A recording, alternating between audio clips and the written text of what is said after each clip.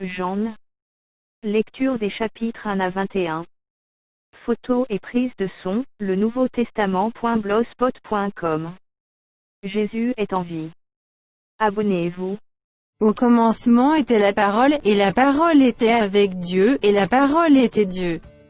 Elle était au commencement avec Dieu. Toutes choses ont été faites par elle, et rien de ce qui a été fait n'a été fait sans elle. En elle était la vie, et la vie était la lumière des hommes. La lumière luit dans les ténèbres, et les ténèbres ne l'ont point reçue. Il y eut un homme envoyé de Dieu, son nom était Jean. Il vint pour servir de témoin pour rendre témoignage à la lumière, afin que tous crussent par lui. Il n'était pas la lumière, mais il parut pour rendre témoignage à la lumière.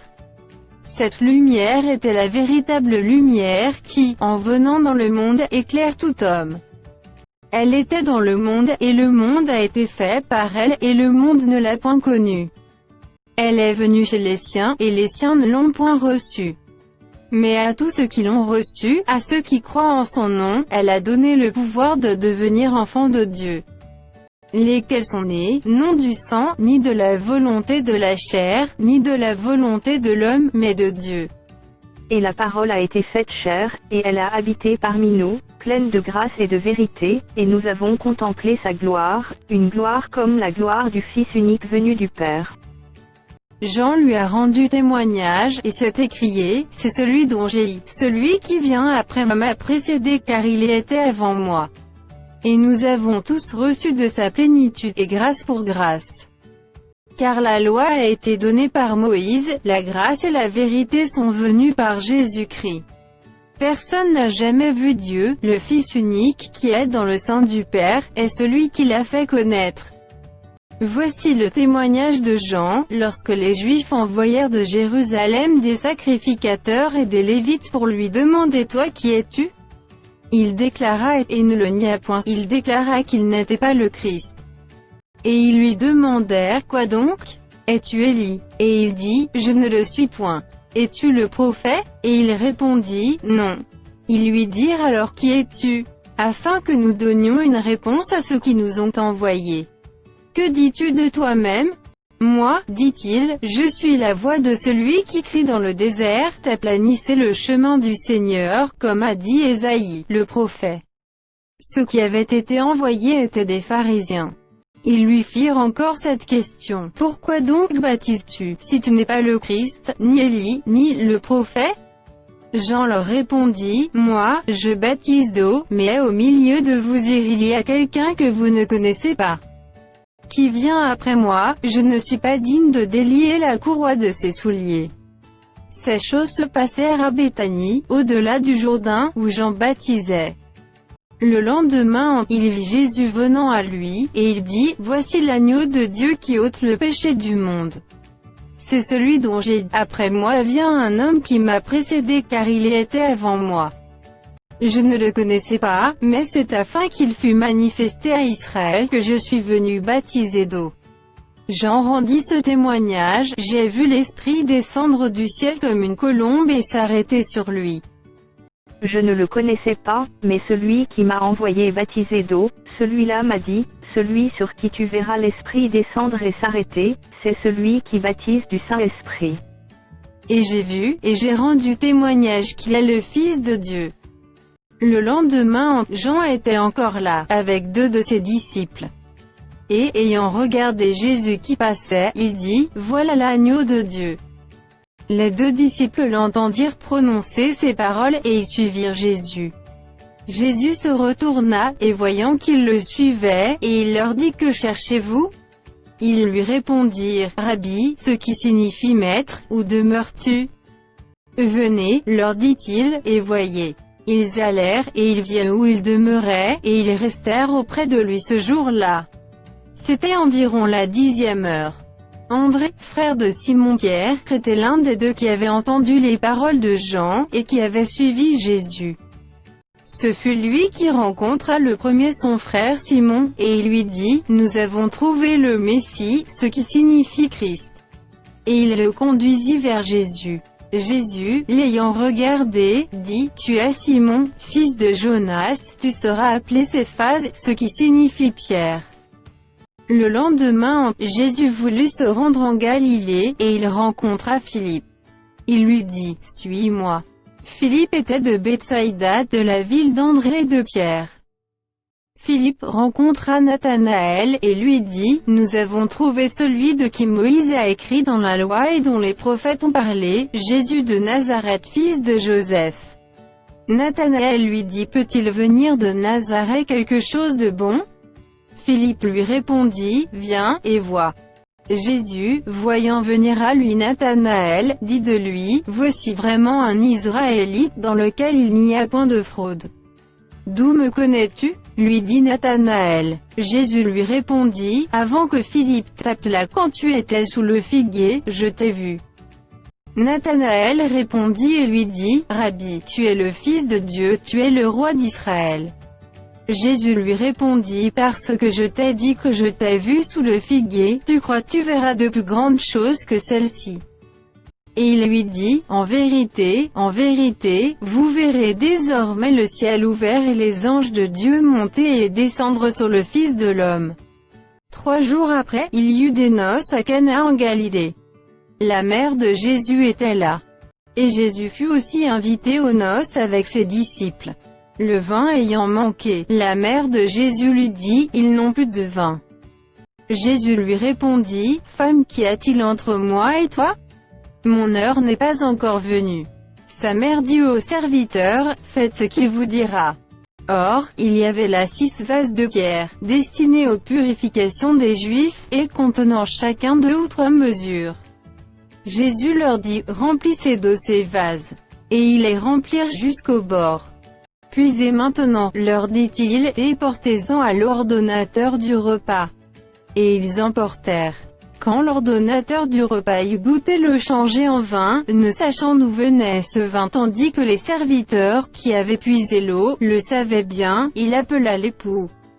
Et lui dit, « Tout homme sert d'abord le bon vin, puis le moins bon après que l'on s'est enivré, toi, tu as gardé le bon vin jusqu'à présent. » Tel fut, à Cana en Galilée, le premier des miracles que fit Jésus. Il manifesta sa gloire, et ses disciples crurent en lui. Après cela, il descendit à Capernaum, avec sa mère, ses frères et ses disciples, et ils n'y demeurèrent que peu de jours. La Pâque des Juifs était proche, et Jésus monta à Jérusalem. Il trouva dans le temple les vendeurs de bœufs, de brebis et de pigeons, et les changeurs assis. Ayant fait un fouet avec des cordes, il les chassa tous du temple, ainsi que les brebis et les bœufs, il dispersa la monnaie des changeurs, et renversa les tables. Et il dit aux vendeurs de pigeons, « Ôtez cela d'ici, ne fais pas de la maison de mon Père une maison de trafic. » Ses disciples se souvinrent qu'il est écrit, « Le zèle de ta maison me dévore. » Les Juifs, prenant la parole, lui dirent, « Quel miracle nous montres-tu pour agir de la sorte ?» Jésus leur répondit, « Détruisez ce temple, et en 3 jours je le relèverai. » Les Juifs dirent, « Il a fallu 46 ans pour bâtir ce temple, et toi, en 3 jours tu le relèveras. » Mais il parlait du temple de son corps. C'est pourquoi, lorsqu'il fut ressuscité des morts, ses disciples se souvinrent qu'il avait dit cela, et ils crurent à l'écriture et à la parole que Jésus avait dite. Pendant que Jésus était à Jérusalem, à la fête de Pâques, plusieurs crurent en son nom, voyant les miracles qu'il faisait. Mais Jésus ne se fiait point à eux parce qu'il les connaissait tous. Et parce qu'il n'avait pas besoin qu'on lui rendît témoignage d'aucun homme, car il savait lui-même ce qui était dans l'homme. Mais il y eut un homme d'entre les pharisiens, nommé Nicodème, un chef des Juifs, qui vint, lui, auprès de Jésus, de nuit, et lui dit, « Rabbi, nous savons que tu es un docteur venu de Dieu car personne ne peut faire ces miracles que tu fais, si Dieu n'est avec lui. » Jésus lui répondit, « En vérité, je te le dis, si un homme ne naît de nouveau, il ne peut voir le royaume de Dieu. » Nicodème lui dit, « Comment un homme peut-il naître quand il est vieux? Peut-il rentrer dans le sein de sa mère et naître ?» Jésus répondit, en vérité, je te le dis, si un homme ne naît d'eau et d'esprit, il ne peut entrer dans le royaume de Dieu. Ce qui est né de la chair est chair, et ce qui est né de l'esprit est esprit. Ne t'étonne pas que je t'aie dit, il faut que vous naissiez de nouveau. Le vent souffle où il veut, et tu en entends le bruit, mais tu ne sais d'où il vient, ni où il va. Il en est ainsi de tout homme qui est né de l'esprit. Nicodème lui dit, comment cela peut-il se faire? Jésus lui répondit, tu es le docteur d'Israël, et tu ne sais pas ces choses. En vérité, je te le dis, nous disons ce que nous savons, et nous rendons témoignage de ce que nous avons vu, et vous ne recevez pas notre témoignage. Si vous ne croyez pas quand je vous ai parlé des choses terrestres, comment croirez-vous quand je vous parlerai des choses célestes? Personne n'est monté au ciel, si ce n'est celui qui est descendu du ciel, le Fils de l'homme qui est dans le ciel. Et comme Moïse éleva le serpent dans le désert, il faut de même que le Fils de l'homme soit élevé, afin que quiconque croit en lui ait la vie éternelle. Car Dieu a tant aimé le monde qu'il a donné son Fils unique, afin que quiconque croit en lui ne périsse point, mais qu'il ait la vie éternelle. Dieu, en effet, n'a pas envoyé son Fils dans le monde pour qu'il juge le monde, mais pour que le monde soit sauvé par lui. Celui qui croit en lui n'est point jugé, mais celui qui ne croit pas a déjà jugé, parce qu'il n'a pas cru au nom du Fils unique de Dieu. Et ce jugement c'est que, la lumière étant venue dans le monde, les hommes ont préféré les ténèbres à la lumière, parce que leurs œuvres étaient mauvaises. Car quiconque fait le mal est la lumière, et ne vient point à la lumière, de peur que ses œuvres ne soient dévoilées. Mais celui qui agit selon la vérité vient à la lumière, afin que ses œuvres soient manifestées parce qu'elles sont faites en Dieu. Après cela, Jésus, accompagné de ses disciples, se rendit dans la terre de Judée, et là il demeurait avec eux, et il baptisait. Jean aussi baptisait à Hénon près de Salim parce qu'il y avait là beaucoup d'eau, et on y venait pour être baptisé. Car Jean n'avait pas encore été mis en prison. Or, il s'éleva de la part des disciples de Jean une dispute avec un juif touchant la purification. Ils vinrent trouver Jean, et lui dirent, « Rabbi, celui qui était avec toi au-delà du Jourdain, et à qui tu as rendu témoignage, voici, il baptise, et tous vont à lui. » Jean répondit, « Un homme ne peut recevoir que ce qui lui a été donné du ciel. Vous-même m'êtes témoin que je ne suis pas le Christ, mais j'ai été envoyé devant lui. » Celui à qui appartient l'épouse, c'est l'époux, mais l'ami de l'époux, qui se tient là et qui l'entend, éprouve une grande joie à cause de la voix de l'époux, aussi cette joie, qui est la mienne, est parfaite. Il faut qu'il croisse, et que je diminue. Celui qui vient d'en haut est au-dessus de tous, celui qui est de la terre est de la terre, et il parle comme étant de la terre. Celui qui vient du ciel est au-dessus de tous. Il rend témoignage de ce qu'il a vu et entendu, et personne ne reçoit son témoignage.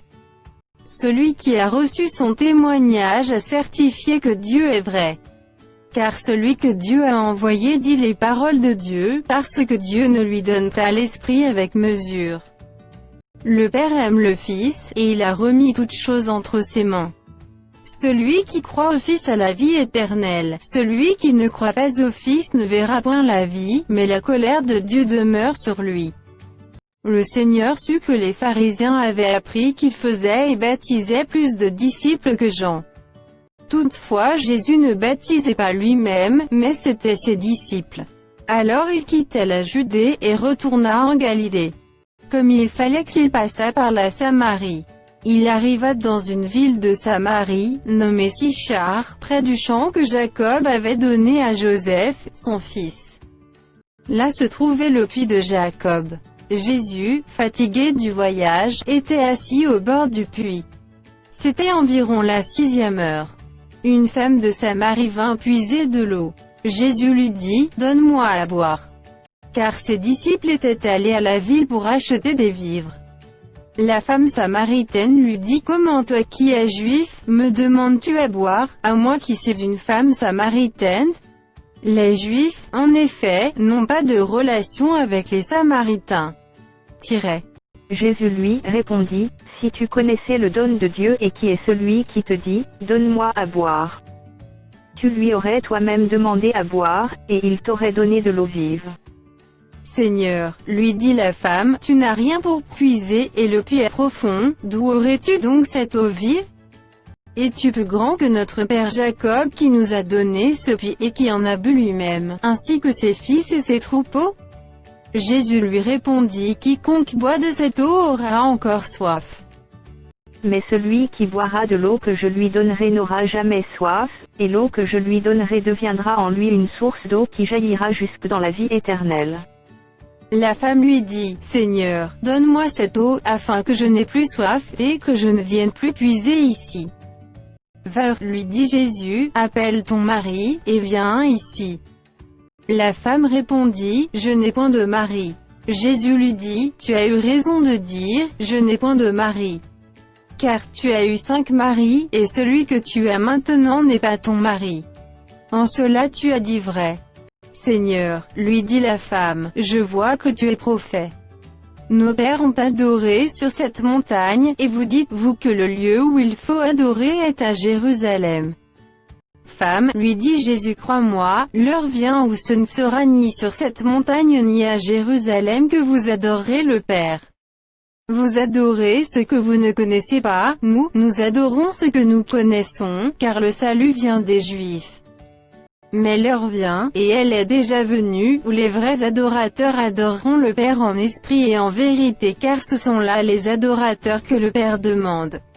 Dieu est esprit, et il faut que ceux qui l'adorent l'adorent en esprit et en vérité. La femme lui dit, je sais que le Messie doit venir, celui qu'on appelle Christ. Quand il sera venu, il nous annoncera toutes choses. Jésus lui dit, je le suis, moi qui te parle. Là-dessus arrivèrent ses disciples, qui furent étonnés de ce qu'il parlait avec une femme. Toutefois aucun ne dit, que demandes-tu? Ou, de quoi parles-tu avec elle? Alors la femme, ayant laissé sa cruche, s'en alla dans la ville, et dit aux gens, venez voir un homme qui m'a dit tout ce que j'ai fait, ne serait-ce point le Christ? Ils sortirent de la ville, et ils vinrent vers lui. Pendant ce temps, les disciples le pressaient de manger, disant, Rabbi, mange. Mais il leur dit, j'ai à manger une nourriture que vous ne connaissez pas. Les disciples se disaient donc les uns aux autres, quelqu'un lui aurait-il apporté à manger? Jésus leur dit, ma nourriture est de faire la volonté de celui qui m'a envoyé, et d'accomplir son œuvre. Ne dites-vous pas qu'il y a encore 4 mois jusqu'à la moisson? Voici, je vous le dis, levez les yeux, et regardez les champs qui déjà blanchissent pour la moisson. Celui qui moissonne reçoit un salaire, et amasse des fruits pour la vie éternelle, afin que celui qui sème et celui qui moissonne se réjouissent ensemble. Car en ceci ce qu'on dit est vrai, autre est celui qui sème, et autre celui qui moissonne.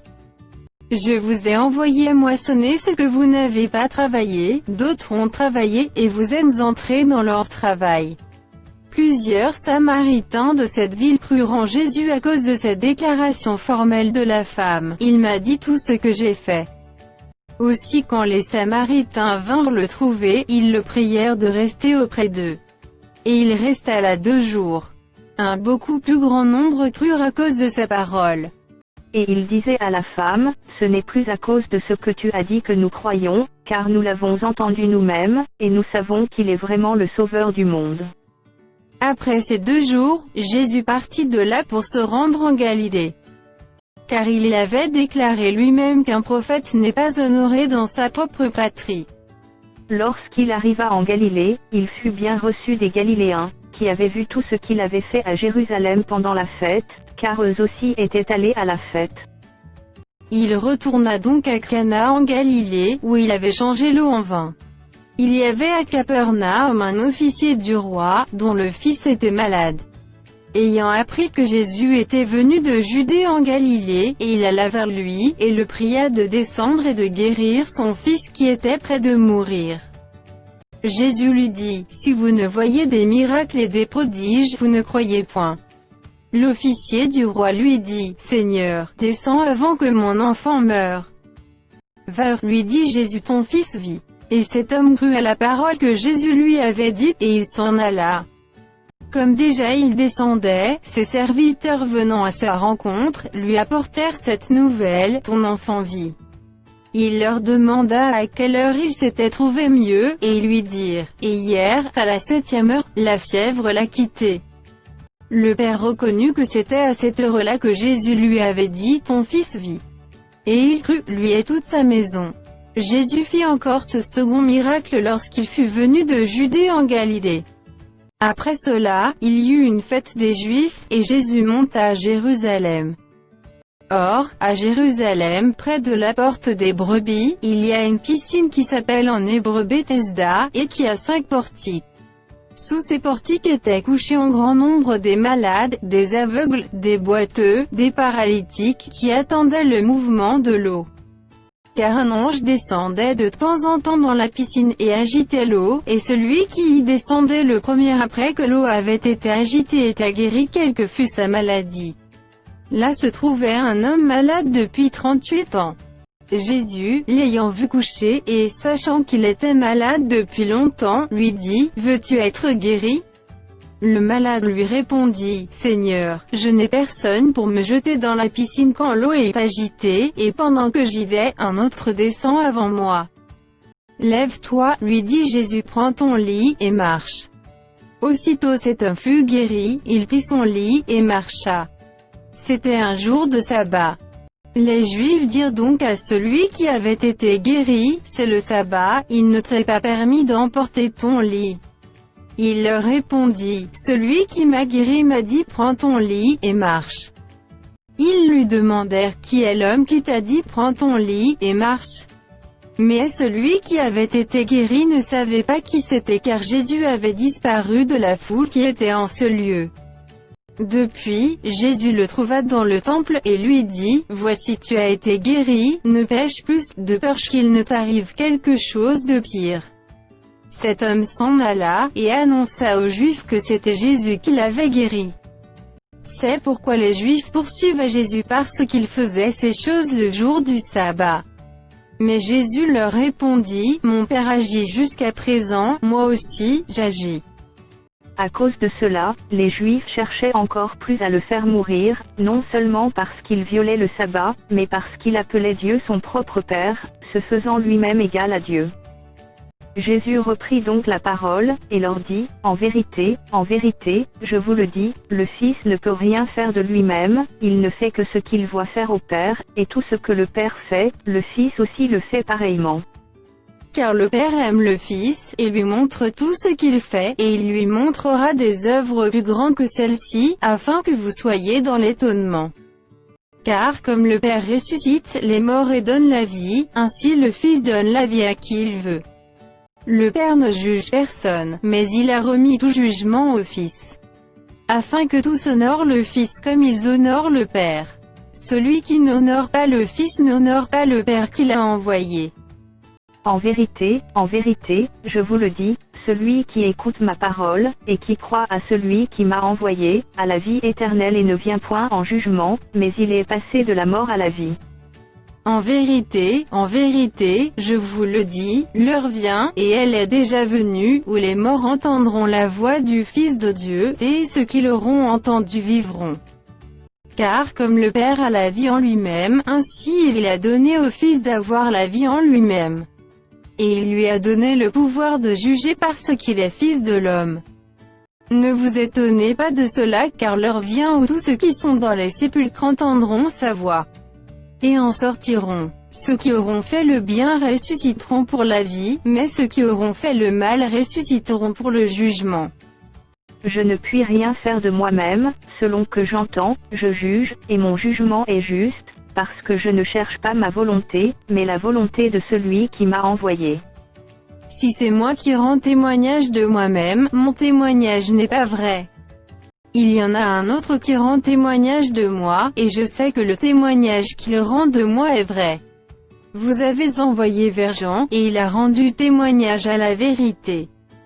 Pour moi ce n'est pas d'un homme que je reçois le témoignage, mais je dis ceci, afin que vous soyez sauvés.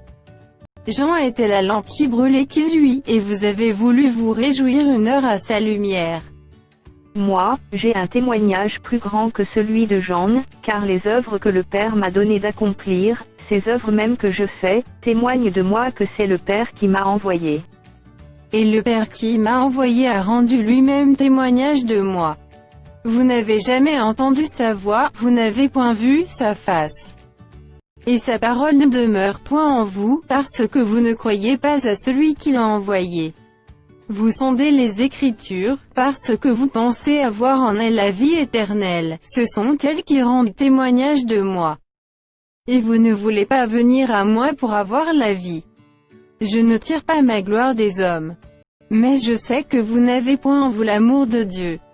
Je suis venu au nom de mon Père, et vous ne me recevez pas, si un autre vient en son propre nom, vous le recevrez. Comment pouvez-vous croire, vous qui tirez votre gloire les uns des autres, et qui ne cherchez point la gloire qui vient de Dieu seul? Ne pensez pas que moi je vous accuserai devant le Père, celui qui vous accuse, c'est Moïse, en qui vous avez mis votre espérance.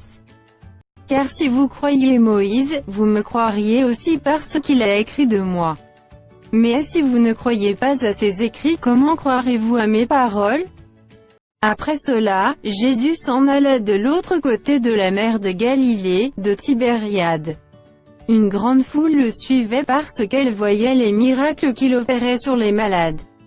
Jésus monta sur la montagne, et là il s'assit avec ses disciples.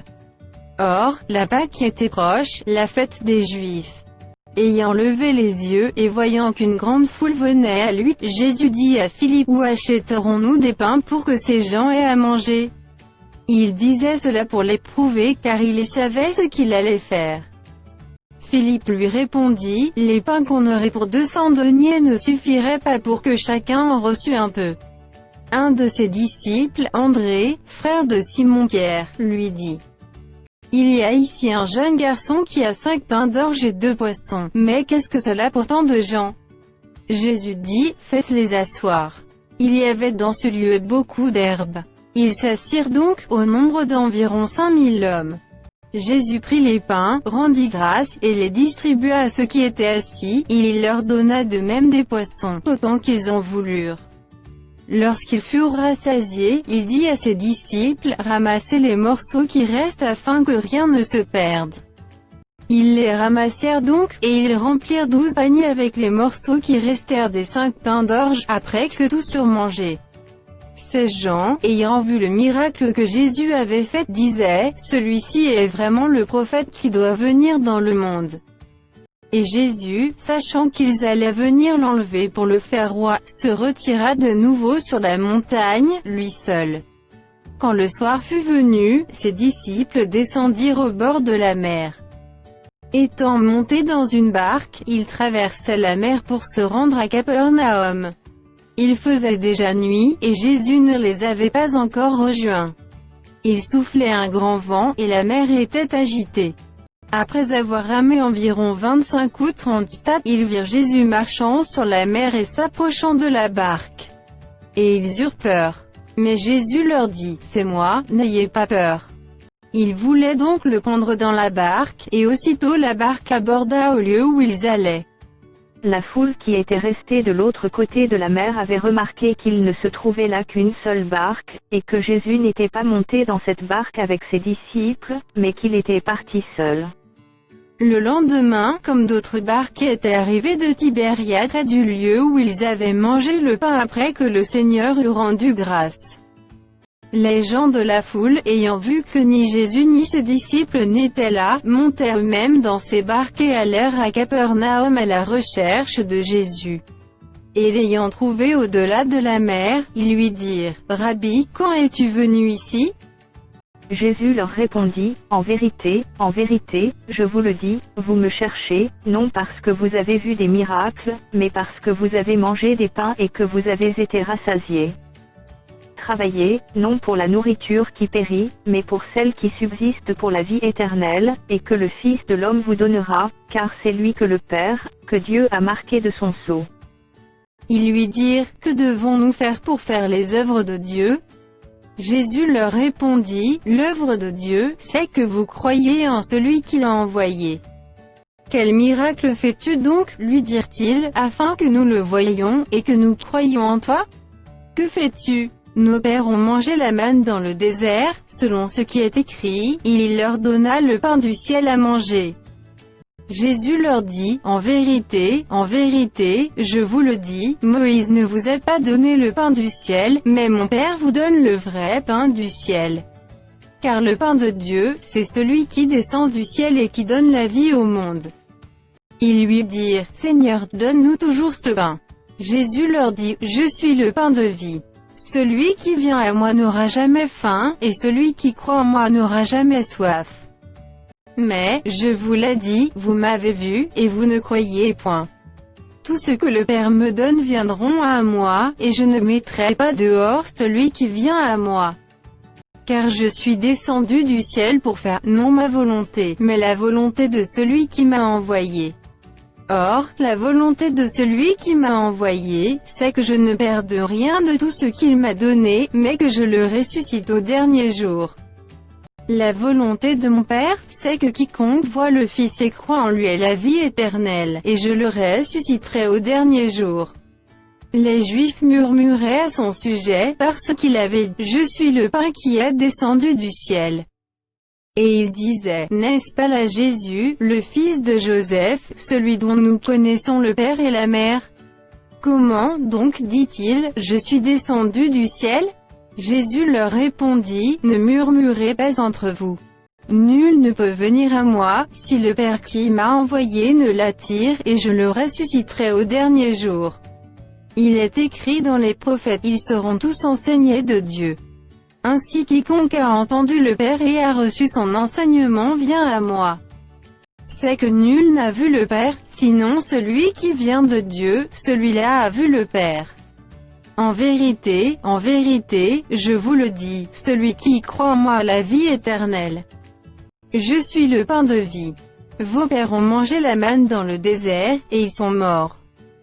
C'est ici le pain qui descend du ciel, afin que celui qui en mange ne meure point. Je suis le pain vivant qui est descendu du ciel. Si quelqu'un mange de ce pain, il vivra éternellement, et le pain que je donnerai, c'est ma chair, que je donnerai pour la vie du monde. Là-dessus, et les Juifs disputaient entre eux, disant, comment peut-il nous donner sa chair à manger? Jésus leur dit, en vérité, je vous le dis, si vous ne mangez la chair du Fils de l'homme, et si vous ne buvez son sang, vous n'avez point la vie en vous-même. Celui qui mange ma chair et qui boit mon sang a la vie éternelle, et je le ressusciterai au dernier jour. Car ma chair est vraiment une nourriture, et mon sang est vraiment un breuvage. Celui qui mange ma chair et qui boit mon sang demeure en moi, et je demeure en lui. Comme le Père qui est vivant m'a envoyé, et que je vis par le Père, ainsi celui qui me mange vivra par moi. C'est ici le pain qui est descendu du ciel. Il n'en est pas comme de vos pères qui ont mangé la manne et qui sont morts. Celui qui mange ce pain vivra éternellement. Jésus dit ces choses dans la synagogue, enseignant à Capernaum. Plusieurs de ses disciples, après l'avoir entendu, dirent, « Cette parole est dure, qui peut l'écouter ?» Jésus, sachant en lui-même que ses disciples murmuraient à ce sujet, leur dit, « Cela vous scandalise-t-il? Et si vous voyez le Fils de l'homme monter où il était auparavant? C'est l'Esprit qui vivifie, la chair ne sert de rien. Les paroles que je vous ai dites sont esprit et vie. Mais il en est parmi vous quelques-uns qui ne croient point. » Car Jésus savait dès le commencement qui étaient ceux qui ne croyaient point, et qui était celui qui le livrerait. Et il ajouta, « C'est pourquoi je vous ai dit que nul ne peut venir à moi, si cela ne lui a été donné par le Père. » Dès ce moment plusieurs de ses disciples se retirèrent, et ils n'allaient plus avec lui. Jésus donc dit aux 12, « Et vous, ne voulez-vous pas aussi vous en aller ?» Simon-Pierre lui répondit, « Seigneur, qu'à qui irions-nous? Tu as les paroles de la vie éternelle. Et nous avons cru et nous avons connu que tu es le Christ, le Saint de Dieu. » Jésus leur répondit, « N'est-ce pas moi qui vous ai choisi, vous les doux? Et l'un de vous est un démon. Il parlait de Judas Iscario, fils de Simon, car c'était lui qui devait le livrer, lui, l'un des 12. Après cela, Jésus parcourait la Galilée car il ne voulait pas séjourner en Judée parce que les Juifs cherchaient à le faire mourir. Or, la fête des Juifs, la fête des tabernacles, était proche. Et ses frères lui dirent: pars d'ici, et va en Judée, afin que tes disciples voient aussi les œuvres que tu fais.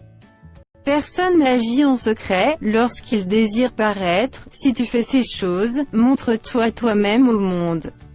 Car ses frères non plus ne croyaient pas en lui. Jésus leur dit: mon temps n'est pas encore venu, mais votre temps est toujours prêt. Le monde ne peut vous haïr, moi, il me hait parce que je rends de lui le témoignage que ses œuvres sont mauvaises. Montez, vous, à cette fête, pour moi, je nie mon point, parce que mon temps n'est pas encore accompli. Après leur avoir dit cela, il resta en Galilée. Lorsque ses frères furent montés à la fête, il y monta aussi lui-même, non publiquement, mais comme en secret. Les Juifs le cherchaient pendant la fête, et disaient: où est-il? Il y avait dans la foule grande rumeur à son sujet. Les uns disaient: c'est un homme de bien. D'autres disaient: non, il égare la multitude. Personne toutefois ne parlait librement de lui par crainte des Juifs. Vers le milieu de la fête, Jésus monta au temple. Et il enseignait. Les Juifs s'étonnaient, disant: comment connaît-il les Écritures, lui qui n'a point étudié?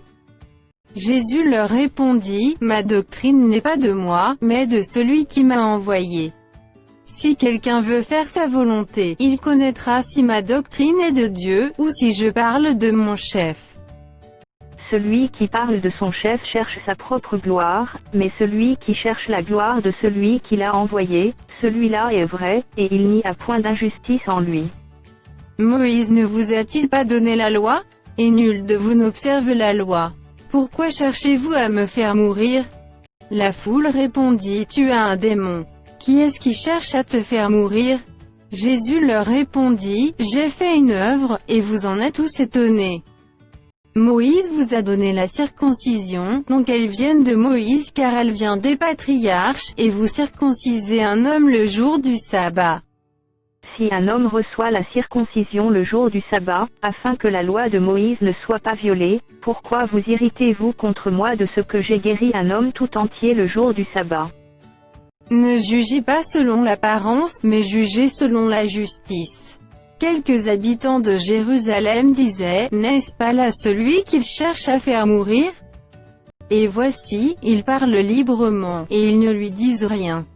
Est-ce que vraiment les chefs auraient reconnu qu'il est le Christ? Cependant celui-ci, nous savons d'où il est, mais le Christ quand il viendra personne ne saura d'où il est. Et Jésus, enseignant dans le temple, s'écria: vous me connaissez, et vous savez d'où je suis. Je ne suis pas venu de moi-même, mais celui qui m'a envoyé est vrai, et vous ne le connaissez pas. Moi, je le connais car je viens de lui, et c'est lui qui m'a envoyé. Il cherchait donc à se saisir de lui, et personne ne mit la main sur lui parce que son heure n'était pas encore venue. Plusieurs parmi la foule crurent en lui, et ils disaient: et le Christ quand il viendra, fera-t-il plus de miracles que n'en a fait celui-ci? Les pharisiens entendirent la foule murmurant de lui ces choses. Alors les principaux sacrificateurs et les pharisiens envoyèrent des huissiers pour le saisir. Jésus dit: je suis encore avec vous pour un peu de temps puis je m'en vais vers celui qui m'a envoyé. Vous me chercherez et vous ne me trouverez pas, et vous ne pouvez venir où je serai. Sur quoi les Juifs dirent entre eux: où ira-t-il que nous ne le trouvions pas? Ira-t-il parmi ceux qui sont dispersés chez les Grecs et enseignera-t-il les Grecs? Que signifie cette parole qu'il a dite: vous me chercherez et vous ne me trouverez pas, et vous ne pouvez venir où je serai? Le dernier jour, le grand jour de la fête, Jésus, se tenant debout, s'écria: si quelqu'un a soif, qu'il vienne à moi, et qu'il boive. Celui qui croit en moi, des fleuves d'eau vive couleront de son sein comme dit l'Écriture. Il dit cela de l'Esprit que devaient recevoir ceux qui croiraient en lui car l'Esprit n'était pas encore parce que Jésus n'avait pas encore été glorifié. Des gens de la foule, ayant entendu ces paroles, disaient, « Celui-ci est vraiment le prophète. » D'autres disaient, « C'est le Christ. » Et d'autres disaient, « Est-ce bien de la Galilée que doit venir le Christ? L'Écriture ne dit-elle pas que c'est de la postérité de David et du village de Bethléem, où était David, que le Christ doit venir? » Il y eut donc, à cause de lui, division parmi la foule. Quelques-uns d'entre eux voulaient le saisir, mais personne ne mit la main sur lui. Ainsi les huissiers retournèrent vers les principaux sacrificateurs et les pharisiens. Et ceux-ci leur dirent, « Pourquoi ne l'avez-vous pas amené ?» Les huissiers répondirent, « Jamais homme n'a parlé comme cet homme. » Les pharisiens leur répliquèrent, « Est-ce que vous aussi, vous avez été séduits?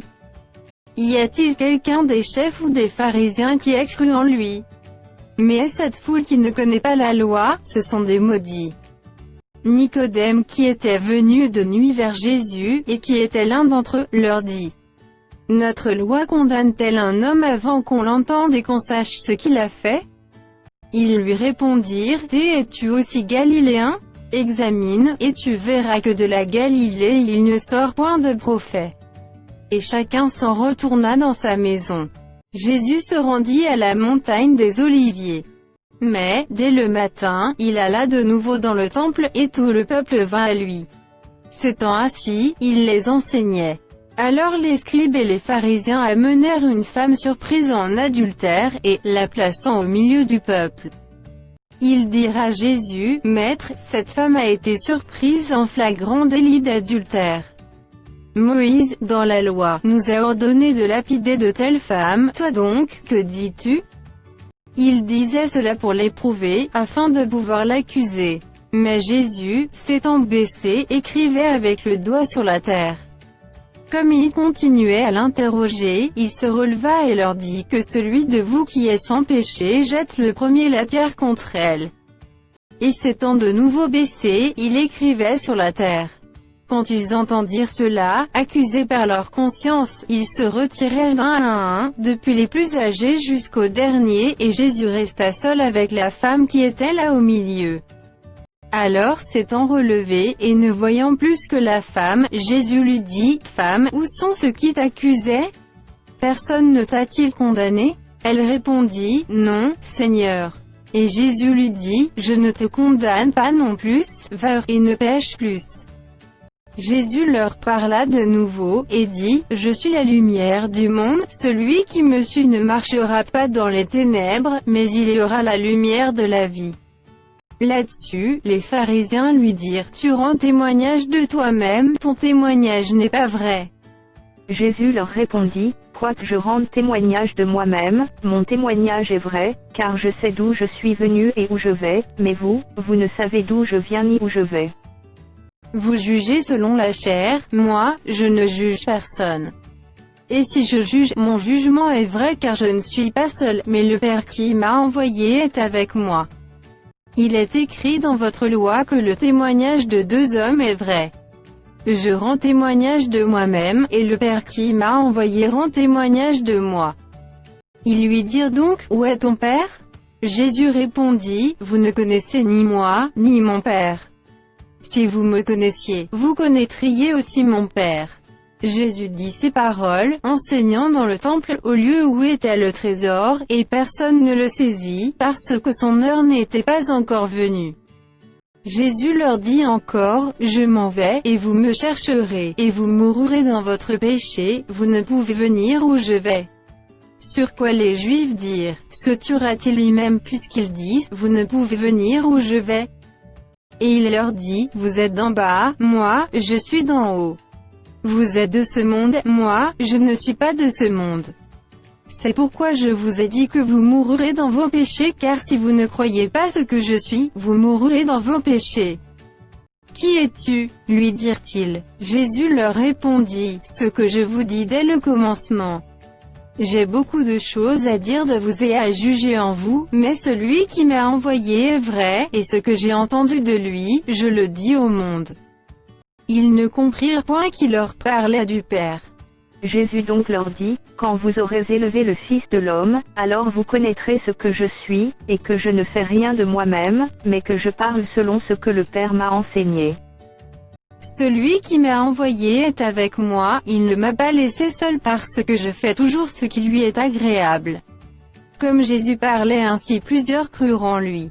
Et il dit aux Juifs qui avaient cru en lui, si vous demeurez dans ma parole, vous êtes vraiment mes disciples. Vous connaîtrez la vérité, et la vérité vous affranchira. Ils lui répondirent, nous sommes la postérité d'Abraham, et nous ne fûmes jamais esclaves de personne. Comment, dis-tu, vous deviendrez libres? En vérité, je vous le dis, leur répliqua Jésus, quiconque se livre au péché est esclave du péché. Or, l'esclave ne demeure pas toujours dans la maison, le Fils y demeure toujours. Si donc le Fils vous affranchit, vous serez réellement libre. Je sais que vous êtes la postérité d'Abraham, mais vous cherchez à me faire mourir, parce que ma parole ne pénètre pas en vous. Je dis ce que j'ai vu chez mon Père, et vous faites ce que vous avez entendu de la part de votre Père. Ils lui répondirent, notre Père, c'est Abraham. Jésus leur dit, si vous étiez enfants d'Abraham, vous feriez les œuvres d'Abraham. Mais maintenant vous cherchez à me faire mourir, moi qui vous ai dit la vérité que j'ai entendue de Dieu. Cela, Abraham ne l'a point fait. Vous faites les œuvres de votre père.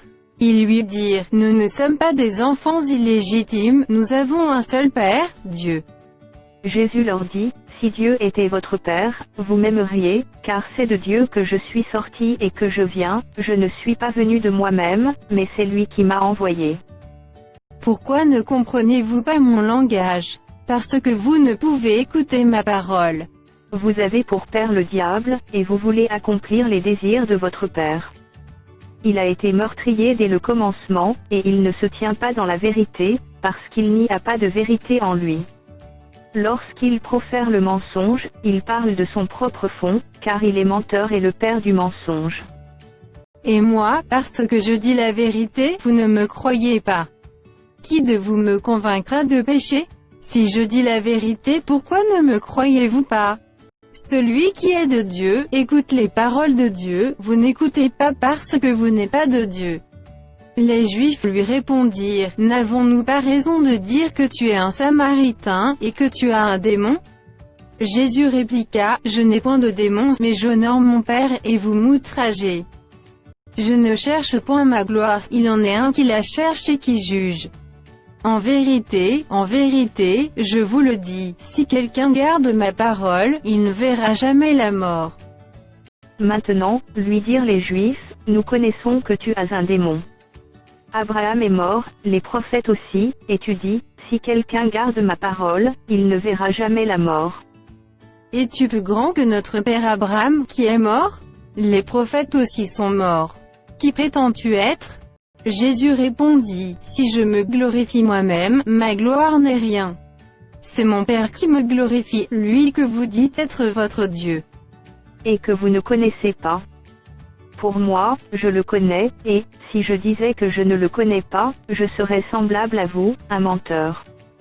Mais je le connais, et je garde sa parole. Abraham, votre père, a tressailli de joie de ce qu'il verrait mon jour, il l'a vu, et il s'est réjoui. Les Juifs lui dirent, tu n'as pas encore 50 ans, et tu as vu Abraham. Jésus leur dit, en vérité, je vous le dis, avant qu'Abraham fût, je suis. Là-dessus, ils prirent des pierres pour les jeter contre lui, mais Jésus se cacha, et il sortit du temple. Jésus vit, en passant, un homme aveugle de naissance. Ses disciples lui firent cette question, Rabbi, qui a péché, cet homme ou ses parents pour qu'il soit né aveugle? Jésus répondit, ce n'est pas que lui ou ses parents aient péché, mais c'est afin que les œuvres de Dieu soient manifestées en lui. Il faut que je fasse, tandis qu'il est jour, les œuvres de celui qui m'a envoyé, la nuit vient, où personne ne peut travailler. Pendant que je suis dans le monde, je suis la lumière du monde. Après avoir dit cela, il cracha à terre, et fit de la boue avec sa salive. Puis il appliqua cette boue sur les yeux de l'aveugle. et lui dit, va heurter et lève-toi au réservoir de Siloé, nom qui signifie envoyé. Il y alla, se lava, et s'en retourna voyant clair. Ses voisins et ceux qui auparavant l'avaient connu comme un mendiant disaient, n'est-ce pas là celui qui se tenait assis et qui mendiait? Les uns disaient, c'est lui. D'autres disaient, non, mais il lui ressemble. Et lui-même disait, c'est moi. Ils lui dirent donc, comment tes yeux ont-ils été ouverts? Il répondit, l'homme qu'on appelle Jésus a fait de la boue, a oint mes yeux, et m'a dit, va au réservoir de Siloé, et lave-toi. J'y suis allé, je me suis lavé, et j'ai recouvré la vue. Ils lui dirent, où est cet homme? Il répondit, je ne sais. Ils menèrent vers les pharisiens celui qui avait été aveugle. Or, c'était un jour de sabbat que Jésus avait fait de la boue, et lui avait ouvert les yeux. De nouveau, les pharisiens aussi lui demandèrent comment il avait recouvré la vue. Et il leur dit, il a appliqué de la boue sur mes yeux, je me suis lavé, et je vois. Sur quoi quelques-uns des pharisiens dirent, cet homme ne vient pas de Dieu, car il n'observe pas le sabbat. D'autres dirent, comment un homme pécheur peut-il faire de tels miracles? Et il y eut division parmi eux. Ils dirent encore à l'aveugle, toi que dis-tu de lui, sur ce qu'il t'a ouvert les yeux?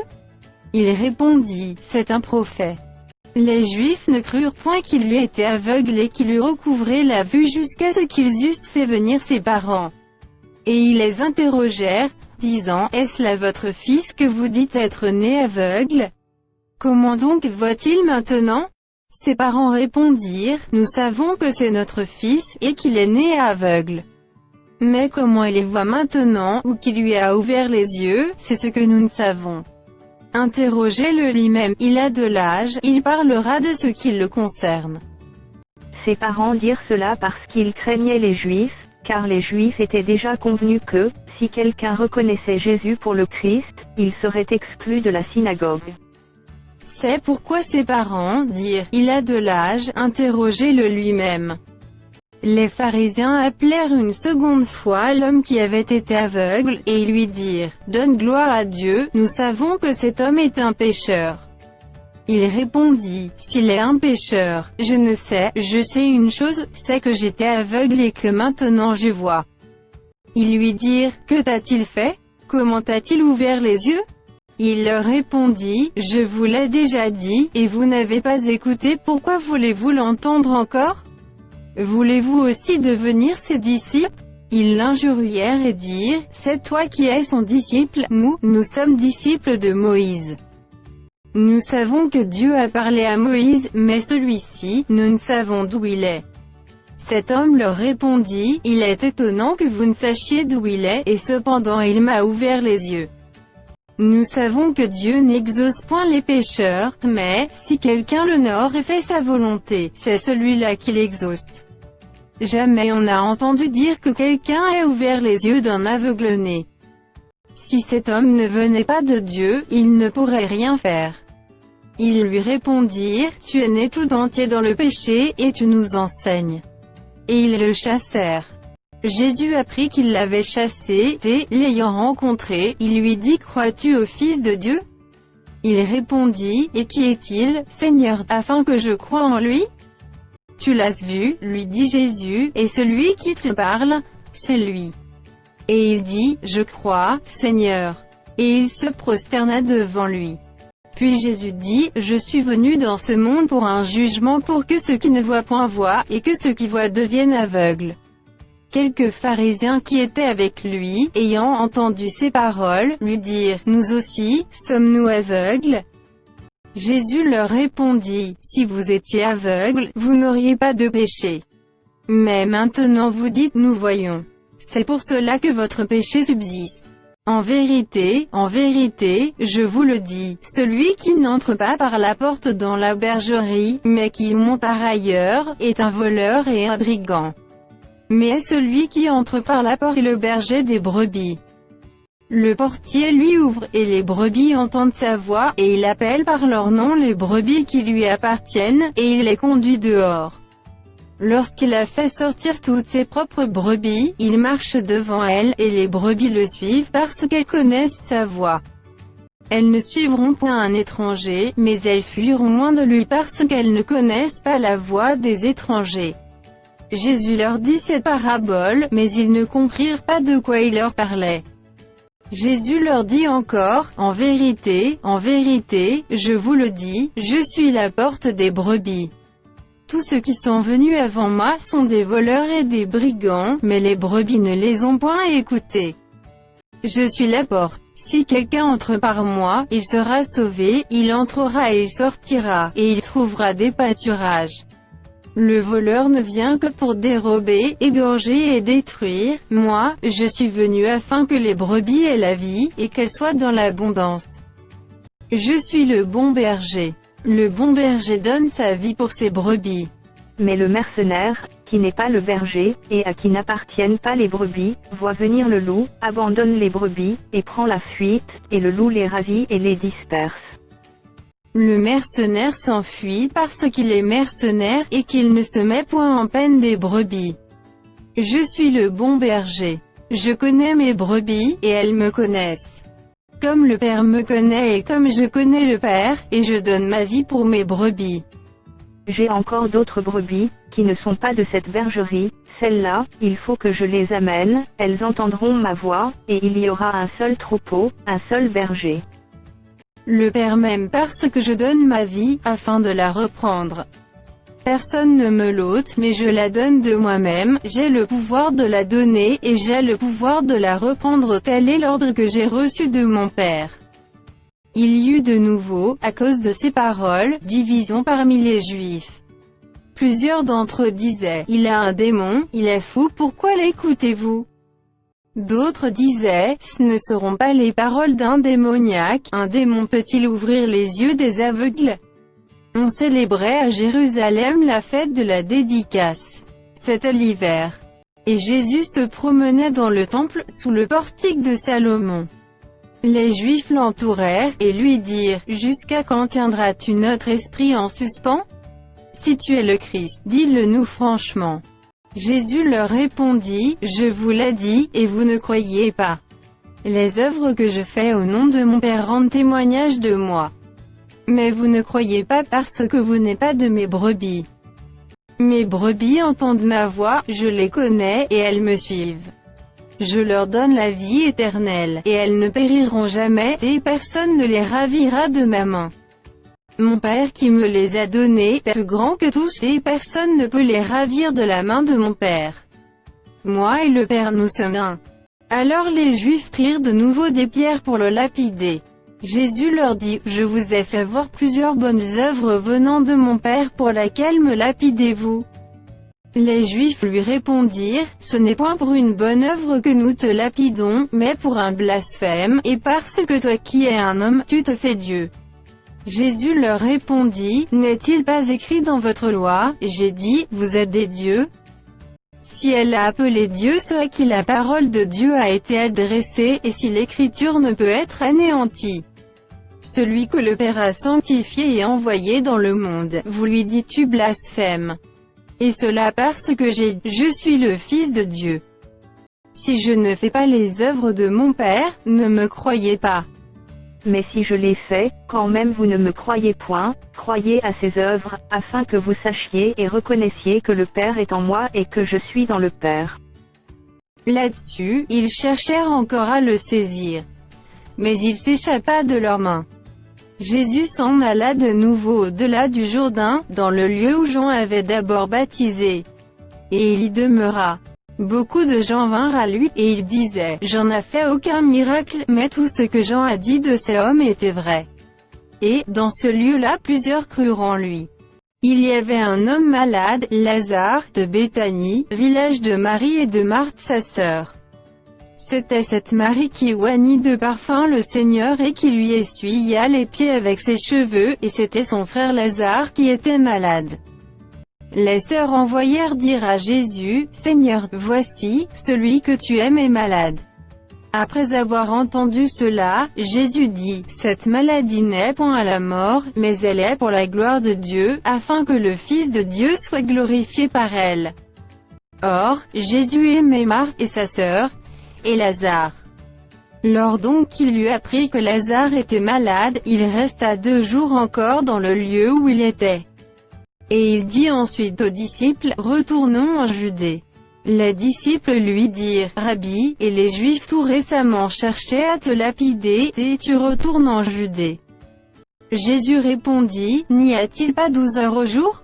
Si quelqu'un marche pendant le jour, il ne bronche point, parce qu'il voit la lumière de ce monde.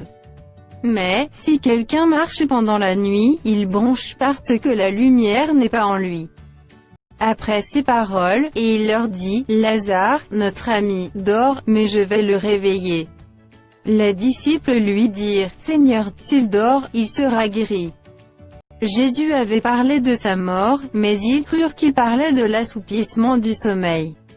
Alors Jésus leur dit ouvertement, « Lazare est mort. Et, à cause de vous, afin que vous croyiez, je me réjouis de ce que je n'étais pas là. Mais allons vers lui. » Sur quoi Thomas, appelé Didyme, dit aux autres disciples, « Allons aussi, afin de mourir avec lui. » Jésus, étant arrivé, trouva que Lazare était déjà depuis 4 jours dans le sépulcre. Et comme Béthanie était près de Jérusalem, à 15 stades d'environ, beaucoup de Juifs étaient venus vers Marthe et Marie pour les consoler de la mort de leur frère. Lorsque Marthe apprit que Jésus arrivait, elle alla au-devant de lui tandis que Marie se tenait assise à la maison. Marthe dit à Jésus, « Seigneur, si tu eusses été ici, mon frère ne serait pas mort.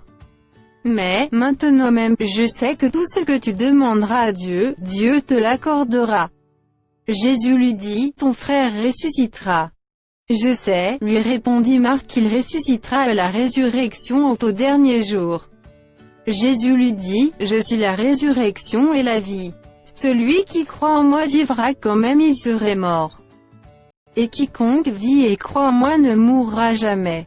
Crois-tu cela ?» Elle lui dit, « Oui, Seigneur, je crois que tu es le Christ, le Fils de Dieu qui devait venir dans le monde. » Ayant ainsi parlé, elle s'en alla. Puis elle appela secrètement Marie, sa sœur, et lui dit, « Le Maître est ici, et il te demande. » Dès que Marie eut entendu, elle se leva promptement, et alla vers lui.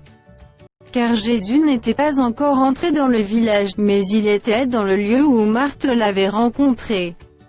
Les Juifs qui étaient avec Marie dans la maison et qui la consolaient, l'ayant vue se lever promptement et sortir, la suivirent, disant, « Elle va au sépulcre, pour y pleurer. » Lorsque Marie fut arrivée là où était Jésus, et qu'elle le vit, elle tomba à ses pieds, et lui dit, « Seigneur, si tu eusses été ici, mon frère ne serait pas mort. » Jésus, la voyant pleurer, elle et les Juifs qui étaient venus avec elle, frémit en son esprit, et fut tout ému. Et il dit, « Où l'avez-vous mis? » « Seigneur, lui répondirent-ils, viens et vois. » Jésus pleura. Sur quoi les Juifs dirent, « Voyez comme il l'aimait. » Et quelques-uns d'entre eux dirent, « Lui qui a ouvert les yeux de l'aveugle, ne pouvait-il pas faire aussi que cet homme ne mourût point ?» Jésus, frémissant de nouveau en lui-même, se rendit au sépulcre. C'était une grotte et une pierre était placée devant. Jésus dit, « ôtez la pierre. » Marthe, la sœur du mort, lui dit, « Seigneur, ils sont déjà car il y a 4 jours qu'il est là. » Jésus lui dit, « Ne t'ai-je pas dit que, si tu crois tu verras la gloire de Dieu ?» Ils ôtèrent donc la pierre. Et Jésus leva les yeux en haut, et dit, « Père, je te rends grâce de ce que tu m'as exaucé.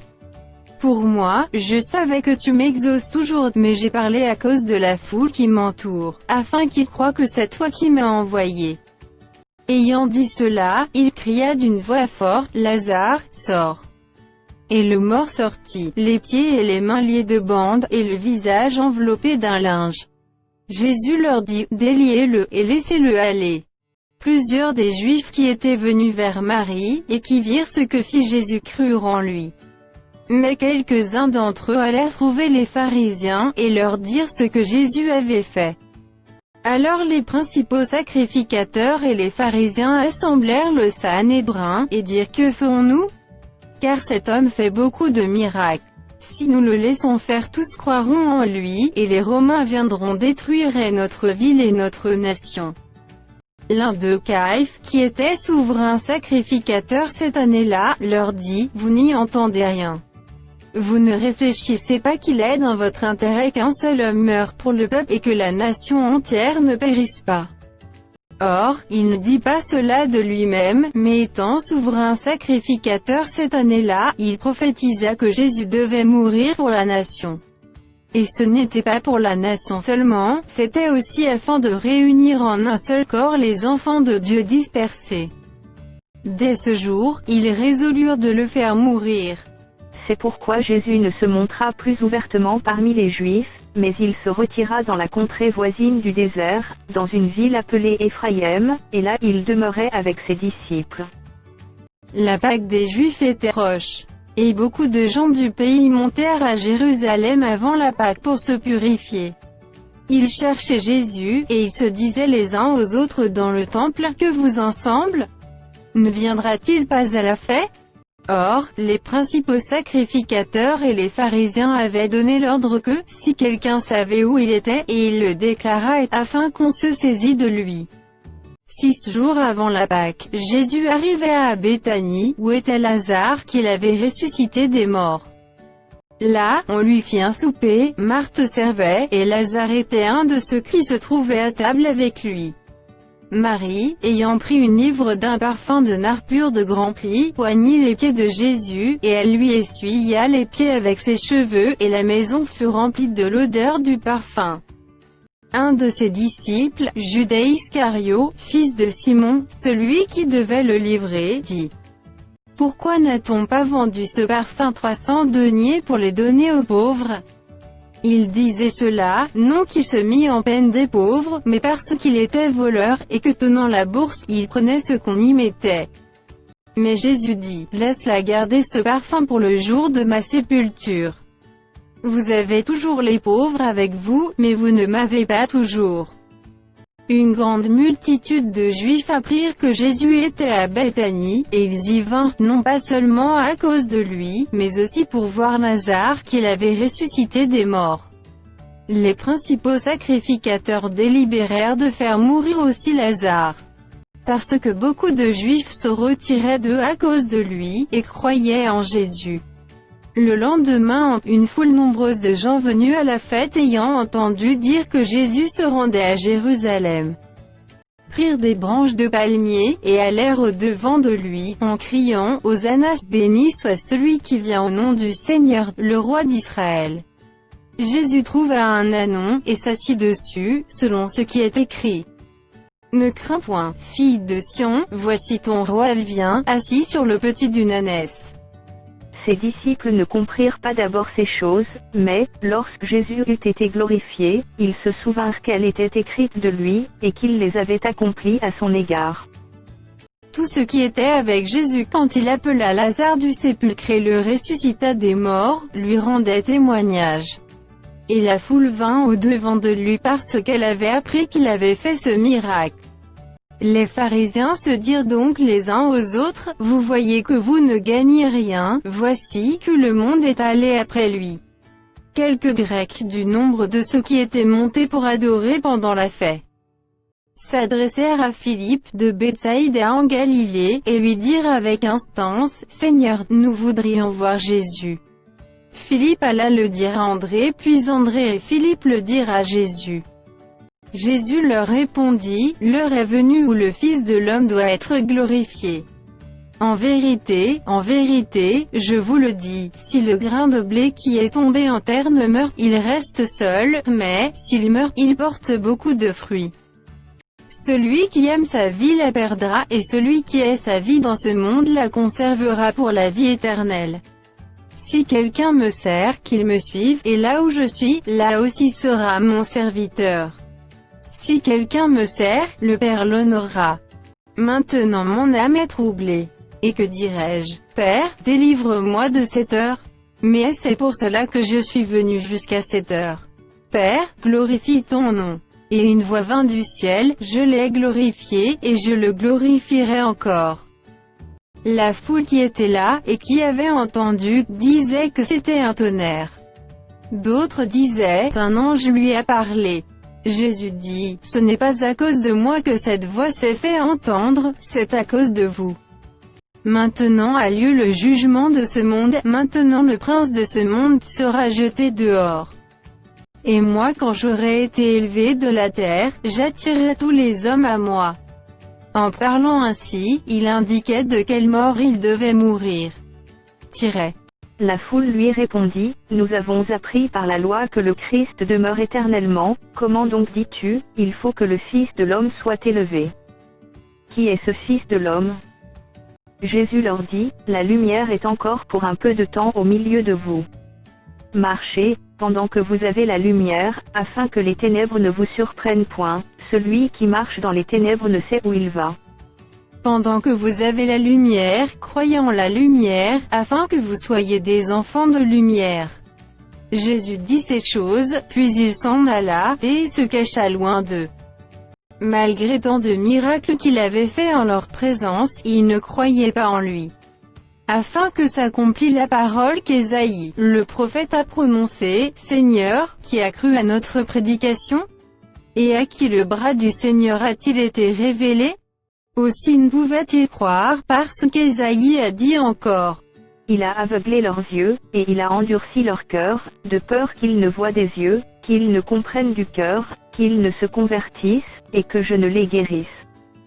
Ésaïe dit ces choses, lorsqu'il vit sa gloire et qu'il parla de lui. Cependant, même parmi les chefs, plusieurs crurent en lui, mais, à cause des pharisiens, ils n'en faisaient pas l'aveu, dans la crainte d'être exclus de la synagogue. Car ils aimèrent la gloire des hommes plus que la gloire de Dieu. Or, Jésus s'était écrié, « Celui qui croit en moi croit, non pas en moi, mais en celui qui m'a envoyé. Et celui qui me voit voit celui qui m'a envoyé. Je suis venu comme une lumière dans le monde, afin que quiconque croit en moi ne demeure pas dans les ténèbres. Si quelqu'un entend mes paroles et ne les garde point, ce n'est pas moi qui le juge, car je suis venu non pour juger le monde, mais pour sauver le monde. Celui qui me rejette et qui ne reçoit pas mes paroles à son juge, la parole que j'ai annoncée, c'est elle qui le jugera au dernier jour. Car je n'ai point parlé de moi-même, mais le Père qui m'a envoyé, m'a prescrit lui-même ce que je dois dire et annoncer. Et je sais que son commandement est la vie éternelle. C'est pourquoi les choses que je dis, je les dis comme le Père me les a dites. » Avant la fête de Pâques, Jésus, sachant que son heure était venue de passer de ce monde au Père, et ayant aimé les siens qui étaient dans le monde, mit le comble à son amour pour eux. Pendant le souper, lorsque le diable avait déjà inspiré au cœur de Judas Iscario, fils de Simon, le dessein de le livrer. Jésus qui savait que le Père avait remis toutes choses entre ses mains, qu'il était venu de Dieu, et qu'il s'en allait à Dieu, se leva de table, ôta ses vêtements, et prit un linge, dont il se ceignit. Ensuite il versa de l'eau dans un bassin, et il se mit à laver les pieds des disciples, et à les essuyer avec le linge dont il était ceint. Il vint donc à Simon-Pierre, et Pierre lui dit, « Toi, Seigneur, tu me laves les pieds. » Jésus lui répondit, « Ce que je fais tu ne le comprends pas maintenant, mais tu le comprendras bientôt. » Pierre lui dit, « Non, jamais tu ne me laveras les pieds. » Jésus lui répondit, « Si je ne te lave, tu n'auras point de part avec moi. » Simon-Pierre lui dit, « Seigneur, non seulement les pieds, mais encore les mains et la tête. » Jésus lui dit, « Celui qui est lavé n'a besoin que de se laver les pieds pour être entièrement pur, et vous êtes purs, mais non pas tous. » Car il connaissait celui qui le livrait, c'est pourquoi il dit, « Vous n'êtes pas tout purs. » Après qu'il leur eut lavé les pieds et qu'il eut pris ses vêtements, il se remit à table, et leur dit, « Comprenez-vous ce que je vous ai fait? Vous m'appelez Maître et Seigneur, et vous dites, bien car je le suis. Si donc je vous ai lavé les pieds, moi, le Seigneur et le Maître, vous devez aussi vous laver les pieds les uns aux autres. Car je vous ai donné un exemple, afin que vous fassiez comme je vous ai fait. En vérité, je vous le dis, le serviteur n'est pas plus grand que son Seigneur, ni l'apôtre plus grand que celui qui l'a envoyé. Si vous savez ces choses, vous êtes heureux pourvu que vous les pratiquiez. Ce n'est pas de vous tout que je parle, je connais ceux que j'ai choisis. Mais il faut que l'écriture s'accomplisse, celui qui mange avec moi le pain a levé son talon contre moi. Dès à présent je vous le dis, avant que la chose arrive, afin que, lorsqu'elle arrivera, vous croyiez à ce que je suis. En vérité, je vous le dis, celui qui reçoit celui que j'aurai envoyé me reçoit, et celui qui me reçoit, reçoit celui qui m'a envoyé. Ayant ainsi parlé, Jésus fut troublé en son esprit, et il dit expressément, en vérité, je vous le dis, l'un de vous me livrera. Les disciples se regardaient les uns les autres, ne sachant de qui ils parlaient. Un des disciples, celui que Jésus aimait, était couché sur le sein de Jésus. Simon-Pierre lui fit signe de demander qui était celui dont parlait Jésus. Et ce disciple, s'étant penché sur la poitrine de Jésus, lui dit, « Seigneur, qui est-ce » Jésus répondit, « C'est celui à qui je donnerai le morceau trempé. » Et, ayant trempé le morceau, il le donna à Judas, fils de Simon, de l'Iscario. Dès que le morceau fut donné, Satan entra dans Judas. Jésus lui dit, « Ce que tu fais, fais-le promptement. » Mais aucun de ceux qui étaient à table ne comprit pourquoi il lui disait cela. Car quelques-uns pensaient que, comme Judas avait la bourse, Jésus voulait lui dire, « Achète ce dont nous avons besoin pour la fête », ou qu'il lui commandait de donner quelque chose aux pauvres. Judas, ayant pris le morceau, se hâta de sortir. Il était nuit. Lorsque Judas fut sorti, Jésus dit, « Maintenant, le Fils de l'homme a été glorifié, et Dieu a été glorifié en lui. Si Dieu a été glorifié en lui, Dieu aussi le glorifiera en lui-même, et il le glorifiera bientôt. Mes petits enfants, je suis pour peu de temps encore avec vous. Vous me chercherez, et, comme j'ai dit aux Juifs, vous ne pouvez venir où je vais, je vous le dis aussi maintenant. Je vous donne un commandement nouveau, aimez-vous les uns les autres, comme je vous ai aimé, vous aussi, aimez-vous les uns les autres. Ah, ceux-ci tous connaîtront que vous êtes mes disciples, si vous avez de l'amour les uns pour les autres. » Simon-Pierre lui dit, « Seigneur, où vas-tu » Jésus répondit, « Tu ne peux pas maintenant me suivre où je vais, mais tu me suivras plus tard. » Seigneur, lui dit Pierre, pourquoi ne puis-je pas te suivre maintenant? Je donnerai ma vie pour toi. Jésus répondit, tu donneras ta vie pour moi. En vérité, je te le dis, le coq ne chantera pas que tu ne m'aies renié 3 fois. Que votre cœur ne se trouble point. Croyez en Dieu, et croyez en moi.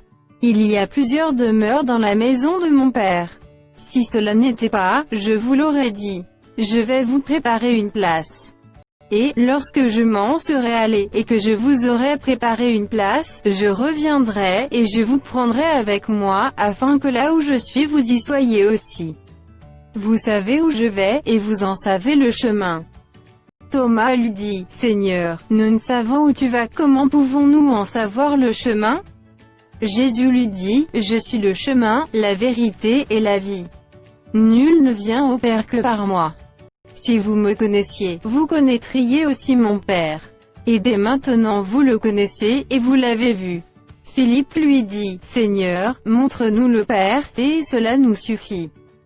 Jésus lui dit, il y a si longtemps que je suis avec vous, et tu ne m'as pas connu. Philippe, celui qui m'a vu a vu le Père. Comment, dis-tu, montre-nous le Père? Ne crois-tu pas que je suis dans le Père, et que le Père est en moi? Les paroles que je vous dis, je ne les dis pas de moi-même, et le Père qui demeure en moi, c'est lui qui fait les œuvres. Croyez-moi, je suis dans le Père, et le Père est en moi, croyez du moins à cause de ses œuvres. En vérité, je vous le dis, celui qui croit en moi fera aussi les œuvres que je fais, et il en fera de plus grandes parce que je m'en vais au Père. Et tout ce que vous demanderez en mon nom, je le ferai, afin que le Père soit glorifié dans le Fils. Si vous demandez quelque chose en mon nom, je le ferai. Si vous m'aimez, gardez mes commandements. Et moi, je prierai le Père, et il vous donnera un autre consolateur, afin qu'il demeure éternellement avec vous. L'Esprit de vérité, que le monde ne peut recevoir, parce qu'il ne le voit point et ne le connaît point, mais vous, vous le connaissez, car il demeure avec vous, et il sera en vous. Je ne vous laisserai pas orphelin, je viendrai à vous. Encore un peu de temps, et le monde ne me verra plus, mais vous, vous me verrez car je vis, et vous vivrez aussi. En ce jour-là, vous connaîtrez que je suis en mon Père, que vous êtes en moi, et que je suis en vous. Celui qui a mes commandements et qui les garde, c'est celui qui m'aime, et celui qui m'aime sera aimé de mon Père, je l'aimerai, et je me ferai connaître à lui. Jude, non pas l'Iscario, lui dit, Seigneur, d'où vient que tu te feras connaître à nous, et non au monde? Jésus lui répondit, si quelqu'un m'aime, il gardera ma parole, et mon Père l'aimera, nous viendrons à lui, et nous ferons notre demeure chez lui. Celui qui ne m'aime pas ne garde point mes paroles. Et la parole que vous entendez n'est pas de moi, mais du Père qui m'a envoyé. Je vous ai dit ces choses pendant que je demeure avec vous. Mais le Consolateur, l'Esprit Saint que le Père enverra en mon nom, vous enseignera toutes choses, et vous rappellera tout ce que je vous ai dit. Je vous laisse la paix, je vous donne ma paix. Je ne vous donne pas comme le monde donne. Que votre cœur ne se trouble point, et ne s'alarme point. Vous avez entendu que je vous ai dit, je m'en vais, et je reviens vers vous. Si vous m'aimiez, vous vous réjouiriez de ce que je vais au Père, car le Père est plus grand que moi. Et maintenant je vous ai dit ces choses avant qu'elles arrivent, afin que, lorsqu'elles arriveront, vous croyiez.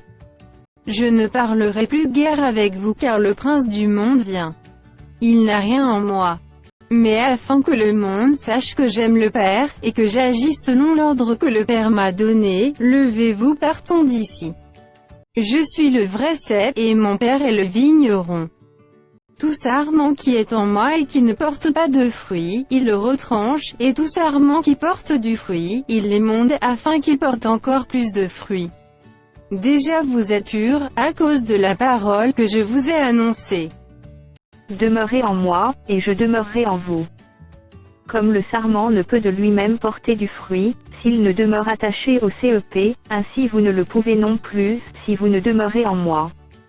Je suis le cep, vous êtes les sarments. Celui qui demeure en moi et en qui je demeure porte beaucoup de fruits car sans moi vous ne pouvez rien faire. Si quelqu'un ne demeure pas en moi, il est jeté dehors comme le sarment, et il sèche puis on ramasse les sarments, on les jette au feu, et ils brûlent.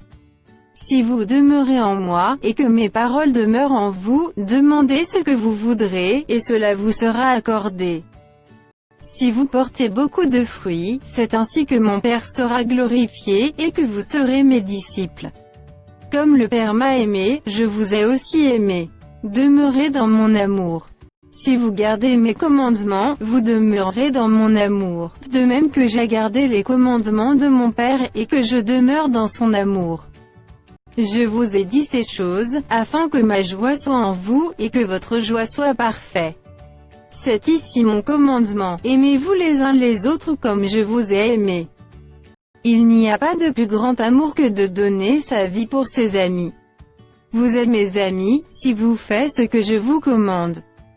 Je ne vous appelle plus serviteur, parce que le serviteur ne sait pas ce que fait son maître, mais je vous ai appelé ami, parce que je vous ai fait connaître tout ce que j'ai appris de mon Père. Ce n'est pas vous qui m'avez choisi, mais moi, je vous ai choisi, et je vous ai établi, afin que vous alliez, et que vous portiez du fruit, et que votre fruit demeure, afin que ce que vous demanderez au Père en mon nom, il vous le donne. Ce que je vous commande, c'est de vous aimer les uns les autres. Si le monde vous hait, sachez qu'il m'a haï avant vous. Si vous étiez du monde, le monde aimerait ce qui est à lui, mais parce que vous n'êtes pas du monde, et que je vous ai choisi du milieu du monde, à cause de cela le monde vous hait. Souvenez-vous de la parole que je vous ai dite, le serviteur n'est pas plus grand que son maître. S'ils m'ont persécuté, ils vous persécuteront aussi, s'ils ont gardé ma parole, ils garderont aussi la vôtre. Mais ils vous feront toutes ces choses à cause de mon nom parce qu'ils ne connaissent pas celui qui m'a envoyé. Si je n'étais pas venu et que je ne leur eusse point parlé, ils n'auraient pas de péché, mais maintenant ils n'ont aucune excuse de leur péché. Celui qui me hait est aussi mon Père. Si je n'avais pas fait parmi eux des œuvres que nul autre n'a faites, ils n'auraient pas de péché, mais maintenant ils les ont vues, et ils ont haï et moi et mon Père. Mais cela est arrivé afin que s'accomplisse la parole qui est écrite dans leur loi, ils m'ont haï sans cause. Quand sera venu le Consolateur que je vous enverrai de la part du Père, l'Esprit de vérité, qui vient du Père, il rendra témoignage de moi. Et vous aussi, vous rendrez témoignage parce que vous êtes avec moi dès le commencement. Je vous ai dit ces choses, afin qu'elles ne soient pas pour vous une occasion de chute. Ils vous excluront des synagogues, et même l'heure vient où quiconque vous fera mourir croira rendre un culte à Dieu. Et ils agiront ainsi parce qu'ils n'ont connu ni le Père ni moi. Je vous ai dit ces choses, afin que, lorsque l'heure sera venue, vous vous souveniez que je vous les ai dites. Je ne vous en ai pas parlé dès le commencement, parce que j'étais avec vous. Maintenant je m'en vais vers celui qui m'a envoyé, et aucun de vous ne me demande « Où vas-tu ?» Mais, parce que je vous ai dit ces choses, la tristesse a rempli votre cœur. Cependant je vous dis la vérité, il vous est avantageux que je m'en aille, car si je ne m'en vais pas, le Consolateur ne viendra pas vers vous, mais, si je m'en vais, je vous l'enverrai. Et quand il sera venu, il convaincra le monde en ce qui concerne le péché, la justice, et le jugement. En ce qui concerne le péché parce qu'il ne croit pas en moi. La justice parce que je vais au Père, et que vous ne me verrez plus. Le jugement parce que le prince de ce monde est jugé. J'ai encore beaucoup de choses à vous dire, mais vous ne pouvez pas les porter maintenant. Quand le Consolateur sera venu, l'Esprit de vérité, il vous conduira dans toute la vérité, car il ne parlera pas de lui-même, mais il dira tout ce qu'il aura entendu, et il vous annoncera les choses à venir. Il me glorifiera parce qu'il prendra de ce qui est à moi, et vous l'annoncera. Tout ce que le Père a est à moi, c'est pourquoi j'ai dit qu'il prend de ce qui est à moi, et qu'il vous l'annoncera. Encore un peu de temps, et vous ne me verrez plus, et puis encore un peu de temps, et vous me verrez parce que je vais au Père. Là-dessus, quelques-uns de ses disciples dirent entre eux, « Que signifie ce qu'il nous dit, encore un peu de temps, et vous ne me verrez plus, et puis encore un peu de temps, et vous me verrez. Et, parce que je vais au Père. » Il disait donc que signifie ce qu'il dit, encore un peu de temps? Nous ne savons de quoi il parle. Jésus, connu qu'ils voulaient l'interroger, leur dit, « Vous vous questionnez les uns les autres sur ce que j'ai dit, encore un peu de temps, et vous ne me verrez plus, et puis encore un peu de temps, et vous me verrez. En vérité, je vous le dis, vous pleurerez et vous vous lamenterez, et le monde se réjouira, vous serez dans la tristesse, mais votre tristesse se changera en joie. La femme, lorsqu'elle enfante, éprouve de la tristesse, parce que son heure est venue, mais, lorsqu'elle a donné le jour à l'enfant, elle ne se souvient plus de la souffrance, à cause de la joie qu'elle a de ce qu'un homme est né dans le monde. Vous donc aussi, vous êtes maintenant dans la tristesse, mais je vous reverrai, et votre cœur se réjouira, et nul ne vous ravira votre joie. En ce jour-là, vous ne m'interrogerez plus sur rien. En vérité, je vous le dis, ce que vous demanderez au Père, il vous le donnera en mon nom. Jusqu'à présent vous n'avez rien demandé en mon nom. Demandez, et vous recevrez, afin que votre joie soit parfaite. Je vous ai dit ces choses en parabole. L'heure vient où je ne vous parlerai plus en parabole, mais où je vous parlerai ouvertement du Père. En ce jour, vous demanderez en mon nom, et je ne vous dis pas que je prierai le Père pour vous. Car le Père lui-même vous aime parce que vous m'avez aimé, et que vous avez cru que je suis sorti de Dieu. Je suis sorti du Père, et je suis venu dans le monde, maintenant je quitte le monde, et je vais au Père. Ses disciples lui dirent, « Voici, maintenant tu parles ouvertement, et tu n'emploies aucune parabole. Maintenant nous savons que tu sais toutes choses, et que tu n'as pas besoin que personne t'interroge, c'est pourquoi nous croyons que tu es sorti de Dieu. » Jésus leur répondit, « Vous croyez maintenant. Voici, l'heure vient, et elle est déjà venue, où vous serez dispersés chacun de son côté, et où vous me laisserez seul, mais je ne suis pas seul, car le Père est avec moi. Je vous ai dit ces choses, afin que vous ayez la paix en moi. Vous aurez des tribulations dans le monde, mais prenez courage, j'ai vaincu le monde. » Après avoir ainsi parlé, Jésus leva les yeux au ciel, et dit: Père, l'heure est venue. Glorifie ton Fils, afin que ton Fils te glorifie. Selon que tu lui as donné pouvoir sur toute chair, afin qu'il accorde la vie éternelle à tout ce que tu lui as donné. Or, la vie éternelle, c'est qu'ils te connaissent toi, le seul vrai Dieu, et celui que tu as envoyé, Jésus-Christ. Je t'ai glorifié sur la terre, j'ai achevé l'œuvre que tu m'as donné à faire. Et maintenant toi Père, glorifie-moi auprès de toi-même de la gloire que j'avais auprès de toi avant que le monde fût. J'ai fait connaître ton nom aux hommes que tu m'as donnés du milieu du monde. Ils étaient à toi, et tu me les as donnés, et ils ont gardé ta parole. Maintenant ils ont connu que tout ce que tu m'as donné vient de toi. Car je leur ai donné les paroles que tu m'as données, et ils les ont reçues, et ils ont vraiment connu que je suis sorti de toi, et ils ont cru que tu m'as envoyé. C'est pour eux que je prie. Je ne prie pas pour le monde, mais pour ce que tu m'as donné parce qu'ils sont à toi. Et tout ce qui est à moi est à toi, et ce qui est à toi est à moi, et je suis glorifié en eux. Je ne suis plus dans le monde, et ils sont dans le monde, et je vais à toi. Père Saint, garde en ton nom ce que tu m'as donné, afin qu'ils soient un comme nous. Lorsque j'étais avec eux dans le monde, je les gardais en ton nom. J'ai gardé ce que tu m'as donné, et aucun d'eux ne s'est perdu, sinon le fils de perdition, afin que l'écriture fût accomplie.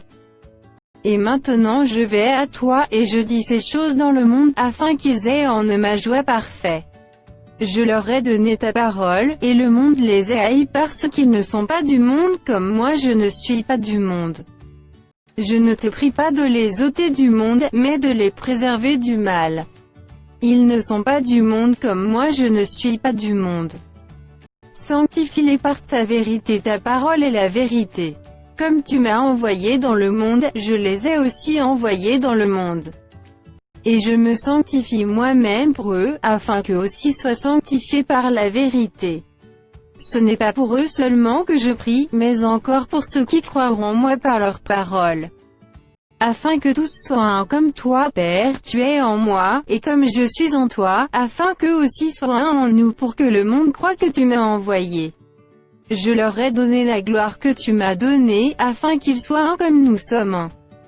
Moi en eux, et toi en moi, afin qu'ils soient parfaitement un, et que le monde connaisse que tu m'as envoyé et que tu les as aimés comme tu m'as aimé.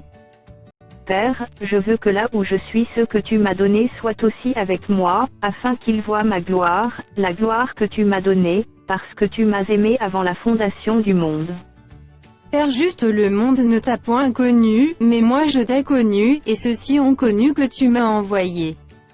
Je leur ai fait connaître ton nom, et je le leur ferai connaître, afin que l'amour dont tu m'as aimé soit en eux, et que je sois en eux. Lorsqu'il eut dit ces choses, Jésus alla avec ses disciples de l'autre côté du torrent du Cédron, où se trouvait un jardin, dans lequel il entra, lui et ses disciples. Judas qui le livrait connaissait ce lieu parce que Jésus et ses disciples s'y étaient souvent réunis. Judas donc, et ayant pris la cohorte et des huissiers qu'envoyèrent les principaux sacrificateurs et les pharisiens, vint là avec des lanternes, des flambeaux et des armes. Jésus, sachant tout ce qui devait lui arriver, s'avança, et leur dit: Qui cherchez-vous? Ils lui répondirent: Jésus de Nazareth. Jésus leur dit: C'est moi. Et Judas qui le livrait, était avec eux. Lorsque Jésus leur eut dit: C'est moi, ils reculèrent et tombèrent par terre. Il leur demanda de nouveau: Qui cherchez-vous? Et ils dirent: Jésus de Nazareth. Jésus répondit: Je vous ai dit que c'est moi. Si donc c'est moi que vous cherchez, laissez aller ceux-ci. Il dit cela, afin que s'accomplît la parole qu'il avait dite: Je n'ai perdu aucun de ce que tu m'as donné. Simon-Pierre qui avait une épée, la tira, frappa le serviteur du souverain sacrificateur, et lui coupa l'oreille droite. Ce serviteur s'appelait Malchu. Jésus dit à Pierre: Remets ton épée dans le fourreau. Ne boirai-je pas la coupe que le Père m'a donnée à boire? La cohorte, le tribun, et les huissiers des Juifs, se saisirent alors de Jésus, et le lièrent. Ils l'emmenèrent d'abord chez Anne car il était le beau-père de Caïphe, qui était souverain sacrificateur cette année-là. Et Caïphe était celui qui avait donné ce conseil aux Juifs: il est avantageux qu'un seul homme meure pour le peuple. Simon-Pierre, avec un autre disciple, suivait Jésus. Ce disciple était connu du souverain sacrificateur, et il entra avec Jésus dans la cour du souverain sacrificateur.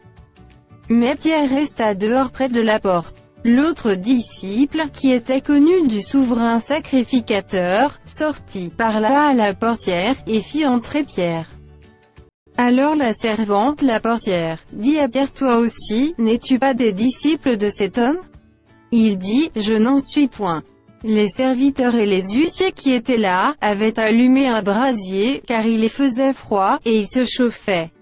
Pierre se tenait avec eux, et se chauffait. Le souverain sacrificateur interrogea Jésus sur ses disciples et sur sa doctrine.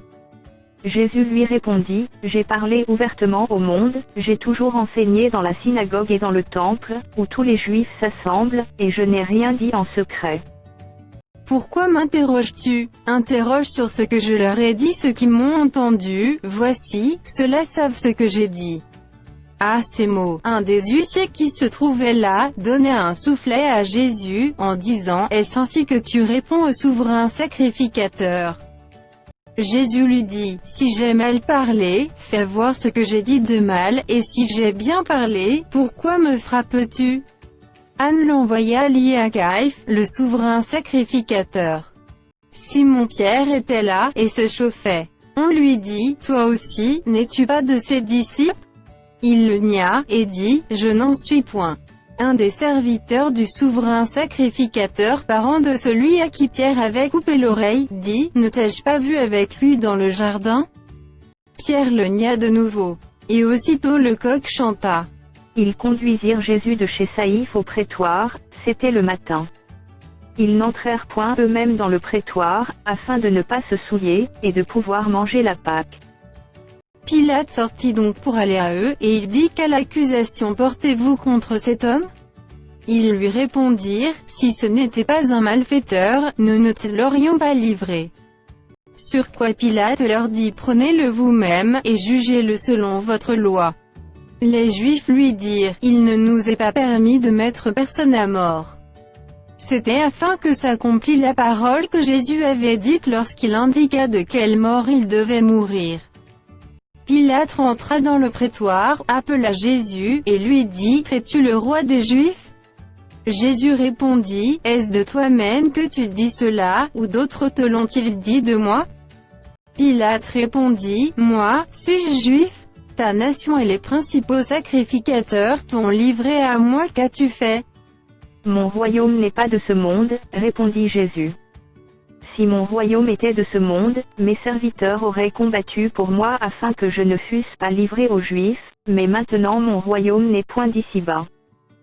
Pilate lui dit: tu es donc roi? Jésus répondit: tu le dis, je suis roi. Je suis né et je suis venu dans le monde pour rendre témoignage à la vérité. Quiconque est de la vérité écoute ma voix. Pilate lui dit: qu'est-ce que la vérité? Après avoir dit cela, il sortit de nouveau pour aller vers les Juifs, et il leur dit: je ne trouve aucun crime en lui.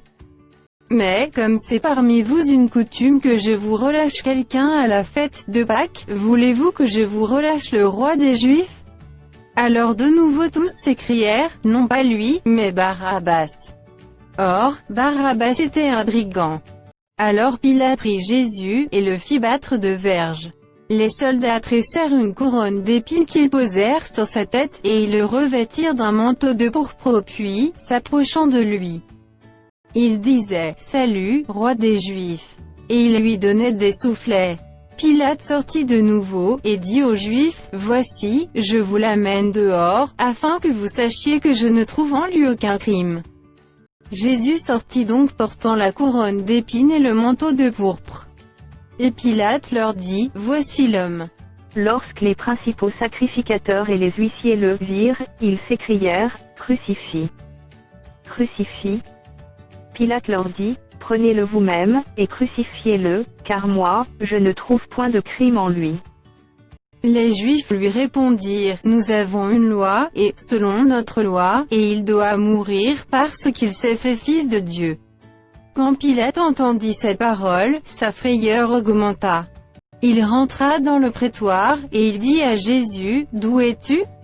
Mais Jésus ne lui donna point de réponse. Pilate lui dit, est-ce à moi que tu ne parles pas? Ne sais-tu pas que j'ai le pouvoir de te crucifier, et que j'ai le pouvoir de te relâcher? Jésus répondit, tu n'aurais sur moi aucun pouvoir, s'il ne t'avait été donné d'en haut. C'est pourquoi celui qui me livre à toi commet un plus grand péché. Dès ce moment Pilate cherchait à le relâcher. Mais les Juifs criaient, si tu le relâches tu n'es pas ami de César. Quiconque se fait roi se déclare contre César. Pilate, ayant entendu ces paroles, amena Jésus dehors, et il s'assit sur le tribunal, au lieu appelé le pavé, et en hébreu Gabata. C'était la préparation de la Pâque, et environ la 6e heure. Pilate dit aux Juifs, voici votre roi. Mais ils s'écrièrent, ôtez-le, ôte, crucifie-le. Pilate leur dit, crucifierai-je votre roi? Les principaux sacrificateurs répondirent, nous n'avons de roi que César. Alors il le leur livra pour être crucifié. Ils prirent donc Jésus, et l'emmenèrent. Jésus portant sa croix, arriva au lieu du crâne qui se nomme en hébreu Golgotha. C'est là qu'il fut crucifié, et 2 autres avec lui, un de chaque côté, et Jésus au milieu. Pilate fit une inscription, qu'il plaça sur la croix, et qui était ainsi conçue, Jésus de Nazareth, roi des Juifs. Beaucoup de Juifs lurent cette inscription parce que le lieu où Jésus fut crucifié était près de la ville. Elle était en hébreu, en grec et en latin. Les principaux sacrificateurs des Juifs dirent à Pilate, n'écris pas, roi des Juifs. Mais écris qu'il a dit, je suis roi des Juifs. Pilate répondit, ce que j'ai écrit, je l'ai écrit. Les soldats, après avoir crucifié Jésus, prirent ses vêtements, et ils en firent 4 parts, une part pour chaque soldat. Ils prirent aussi sa tunique, qui était sans couture, d'un seul tissu depuis le haut jusqu'en bas. Et ils dirent entre eux, ne la déchirons pas, mais tirons au sort à qui elle sera. Cela arriva afin que s'accomplisse cette parole de l'Écriture, ils se sont partagés mes vêtements, et ils ont tiré au sort ma tunique. Voilà ce que firent les soldats. Près de la croix de Jésus se tenaient sa mère et la sœur de sa mère, Marie, femme de Clopas, et Marie de Magdala. Jésus, voyant sa mère, et auprès d'elle le disciple qu'il aimait, dit à sa mère, femme, voilà ton fils. Puis il dit au disciple, voilà ta mère. Et, dès ce moment, le disciple la prit chez lui. Après cela, Jésus qui savait que tout était déjà consommé, dit, afin que l'écriture fût accomplie, j'ai soif. Il y avait là un vase plein de vinaigre. Les soldats en remplirent une éponge, et, l'ayant fixé à une branche d'hysope, ils l'approchèrent de sa bouche. Quand Jésus eut pris le vinaigre, il dit tout est accompli. Et, baissant la tête, il rendit l'esprit. Dans la crainte que les corps ne restassent sur la croix pendant le sabbat, car c'était la préparation, et ce jour de sabbat était un grand jour, les Juifs demandèrent à Pilate qu'on rompît les jambes aux crucifiés, et qu'on les enlevât. Les soldats vinrent donc, et ils rompirent les jambes au premier puis à l'autre qui avait été crucifié avec lui. S'étant approchés de Jésus, et le voyant déjà mort, ils ne lui rompirent pas les jambes. Mais un des soldats lui perça le côté avec une lance, et aussitôt il sortit du sang et de l'eau. Celui qui l'a vu en a rendu témoignage, et son témoignage est vrai, et il sait qu'il dit vrai, afin que vous croyiez aussi. Ces choses sont arrivées, afin que l'écriture fût accomplie, aucun de ces os ne sera brisé. Et ailleurs l'écriture dit encore, ils verront celui qu'ils ont percé. Après cela, Joseph d'Arimathée, qui était disciple de Jésus, mais en secret par crainte des Juifs, demanda à Pilate la permission de prendre le corps de Jésus. Et Pilate le permit. Il vint donc, et prit le corps de Jésus. Nicodème qui auparavant était allé de nuit vers Jésus, vint aussi, apportant un mélange d'environ 100 livres de myrrhe et d'aloès. Ils prirent donc le corps de Jésus, et l'enveloppèrent de bandes, avec les aromates comme c'est la coutume d'ensevelir chez les Juifs. Or, il y avait un jardin dans le lieu où Jésus avait été crucifié, et dans le jardin un sépulcre neuf, où personne encore n'avait été mis. Ce fut là qu'ils déposèrent Jésus, à cause de la préparation des Juifs parce que le sépulcre était proche. Le premier jour de la semaine, Marie de Magdala se rendit au sépulcre dès le matin comme il faisait encore obscur, et elle vit que la pierre était ôtée du sépulcre. Elle courut vers Simon-Pierre et vers l'autre disciple que Jésus aimait, et leur dit, « Ils ont enlevé du sépulcre le Seigneur, et nous ne savons où ils l'ont mis. » Pierre et l'autre disciple sortirent, et allèrent au sépulcre. Ils couraient tous deux ensemble. Mais l'autre disciple courut plus vite que Pierre, et arriva le premier au sépulcre. S'étant baissé, il vit les bancs qui étaient à terre, cependant il n'entra pas. Simon-Pierre qui le suivait, arriva et entra dans le sépulcre. Il vit les bancs qui étaient à terre, et le linge qu'on avait mis sur la tête de Jésus, non pas avec les bandes, mais plié dans un lieu à part. Alors l'autre disciple, qui était arrivé le premier au sépulcre, entra aussi, et il vit, et il crut. Car il ne comprenait pas encore que, selon l'Écriture, Jésus devait ressusciter des morts. Et les disciples s'en retournèrent chez eux. Cependant Marie se tenait dehors près du sépulcre, et pleurait. Comme elle pleurait, elle se baissa pour regarder dans le sépulcre. Et elle vit deux anges vêtus de blanc, assis à la place où avait été couché le corps de Jésus, l'un à la tête, l'autre aux pieds. Ils lui dirent, « Femme, pourquoi pleures-tu » Elle leur répondit, « Parce qu'ils ont enlevé mon Seigneur, et je ne sais où ils l'ont mis. » En disant cela, elle se retourna, et elle vit Jésus debout, mais elle ne savait pas que c'était Jésus. Jésus lui dit, « Femme, pourquoi pleures-tu? Qui cherches-tu » Elle, pensant que c'était le jardinier, lui dit, « Seigneur, si c'est toi qui l'as emporté, dis-moi où tu l'as mis, et je le prendrai. » Jésus lui dit, « Marie. » Elle se retourna, et lui dit en hébreu, « Rabouni », c'est-à-dire, « Maître. » Jésus lui dit, « Ne me touche pas, car je ne suis pas encore monté vers mon Père. Mais va trouver mes frères, et dis-leur que je monte vers mon Père et votre Père, vers mon Dieu et votre Dieu. » Marie de Magdala alla annoncer aux disciples qu'elle avait vu le Seigneur, et qu'il lui avait dit ces choses. Le soir de ce jour, qui était le premier de la semaine, les portes du lieu où se trouvaient les disciples étant fermées, à cause de la crainte qu'il avait des Juifs, Jésus vint, se présenta au milieu d'eux, et leur dit, « La paix soit avec vous. » Et quand il eut dit cela, il leur montra ses mains et son côté. Les disciples furent dans la joie en voyant le Seigneur. Jésus leur dit de nouveau, « La paix soit avec vous. Comme le Père m'a envoyé, moi aussi je vous envoie. » Après ces paroles, il souffla sur eux, et leur dit, « Recevez le Saint-Esprit. Ceux à qui vous pardonnerez les péchés, et ils leur seront pardonnés, et ceux à qui vous les retiendrez, et ils leur seront retenus. » Thomas, appelé Didyme, l'un des 12, n'était pas avec eux lorsque Jésus vint.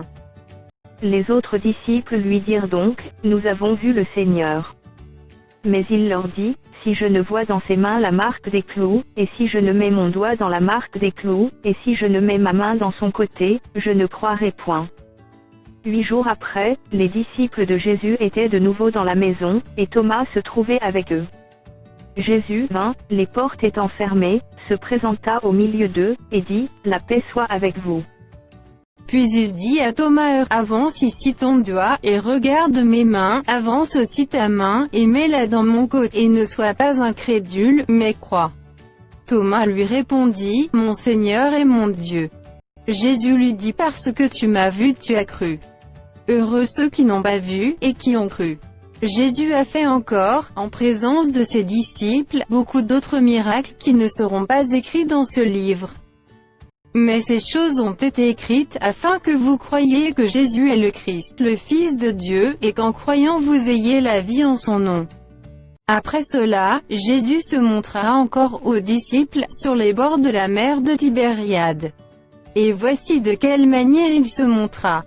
Simon-Pierre, Thomas, appelé Didyme, Nathanaël, de Cana en Galilée, les fils de Zébédée, et 2 autres disciples de Jésus, étaient ensemble. Simon-Pierre leur dit, « Je vais pêcher. » Ils lui dirent, « Nous allons aussi avec toi. » Ils sortirent et montèrent dans une barque, et cette nuit-là ils ne prirent rien.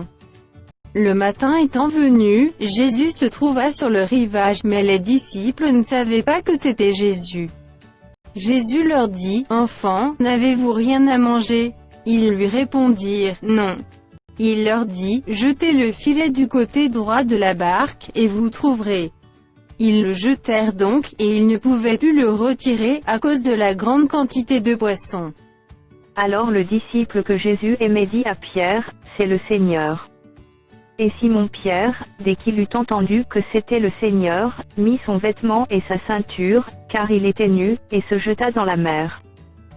Les autres disciples vinrent avec la barque tirant le filet plein de poissons car ils n'étaient éloignés de terre que d'environ 200 coudées. Lorsqu'ils furent descendus à terre, ils virent là des charbons allumés, du poisson dessus, et du pain. Jésus leur dit, « Apportez des poissons que vous venez de prendre. » Simon-Pierre monta dans la barque, et tira à terre le filet plein de 153 grands poissons, et quoi qu'il y en eût tant, le filet ne se rompit point. Jésus leur dit, « Venez, mangez. » Et aucun des disciples n'osait lui demander, « Qui es-tu ?» sachant que c'était le Seigneur. Jésus s'approcha, prit le pain, et leur en donna, il fit de même du poisson. C'était déjà la 3e fois que Jésus se montrait à ses disciples depuis qu'il était ressuscité des morts. Après qu'ils eurent mangé, Jésus dit à Simon-Pierre, « Simon, fils de Jonas, m'aimes-tu plus que ne m'aime ceci ?» Il lui répondit, « Oui, Seigneur, tu sais que je t'aime. » Jésus lui dit, « Paie mes agneaux. » Il lui dit une seconde fois, « Simon, fils de Jonas, m'aimes-tu » Pierre lui répondit, « Oui, Seigneur, tu sais que je t'aime. » Jésus lui dit, « Paie mes brebis. » Il lui dit pour la 3e fois, « Simon, fils de Jonas, m'aimes-tu » Pierre fut attristé de ce qu'il lui avait dit pour la 3e fois, « M'aimes-tu » Et il lui répondit, « Seigneur, tu sais toutes choses, tu sais que je t'aime. » Jésus lui dit, « Paie mes brebis. » En vérité, je te le dis, quand tu étais plus jeune, tu te saignais toi-même, et tu allais où tu voulais, mais quand tu seras vieux, tu étendras tes mains, et un autre te ceindra, et te mènera où tu ne voudras pas. Il dit cela pour indiquer par quelle mort Pierre glorifierait Dieu. Et ayant ainsi parlé, il lui dit, « Suis-moi. » Pierre, s'étant retourné, vit venir après eux le disciple que Jésus aimait, celui qui, pendant le souper, s'était penché sur la poitrine de Jésus, et avait dit, « Seigneur, qui est celui qui te livre ?» En le voyant, Pierre dit à Jésus, « Et celui-ci, Seigneur, que lui arrivera-t-il » Jésus lui dit, « Si je veux qu'il demeure jusqu'à ce que je vienne, que t'importe? Toi, suis-moi. » Là-dessus, le bruit courut parmi les frères que ce disciple ne mourrait point. Cependant Jésus n'avait pas dit à Pierre qu'il ne mourrait point, mais, si je veux qu'il demeure jusqu'à ce que je vienne, que t'importe. C'est ce disciple qui rend témoignage de ces choses, et qui les a écrites. Et nous savons que son témoignage est vrai. Jésus a fait encore beaucoup d'autres choses. Si on les écrivait en détail, je ne pense pas que le monde même pût contenir les livres qu'on écrirait.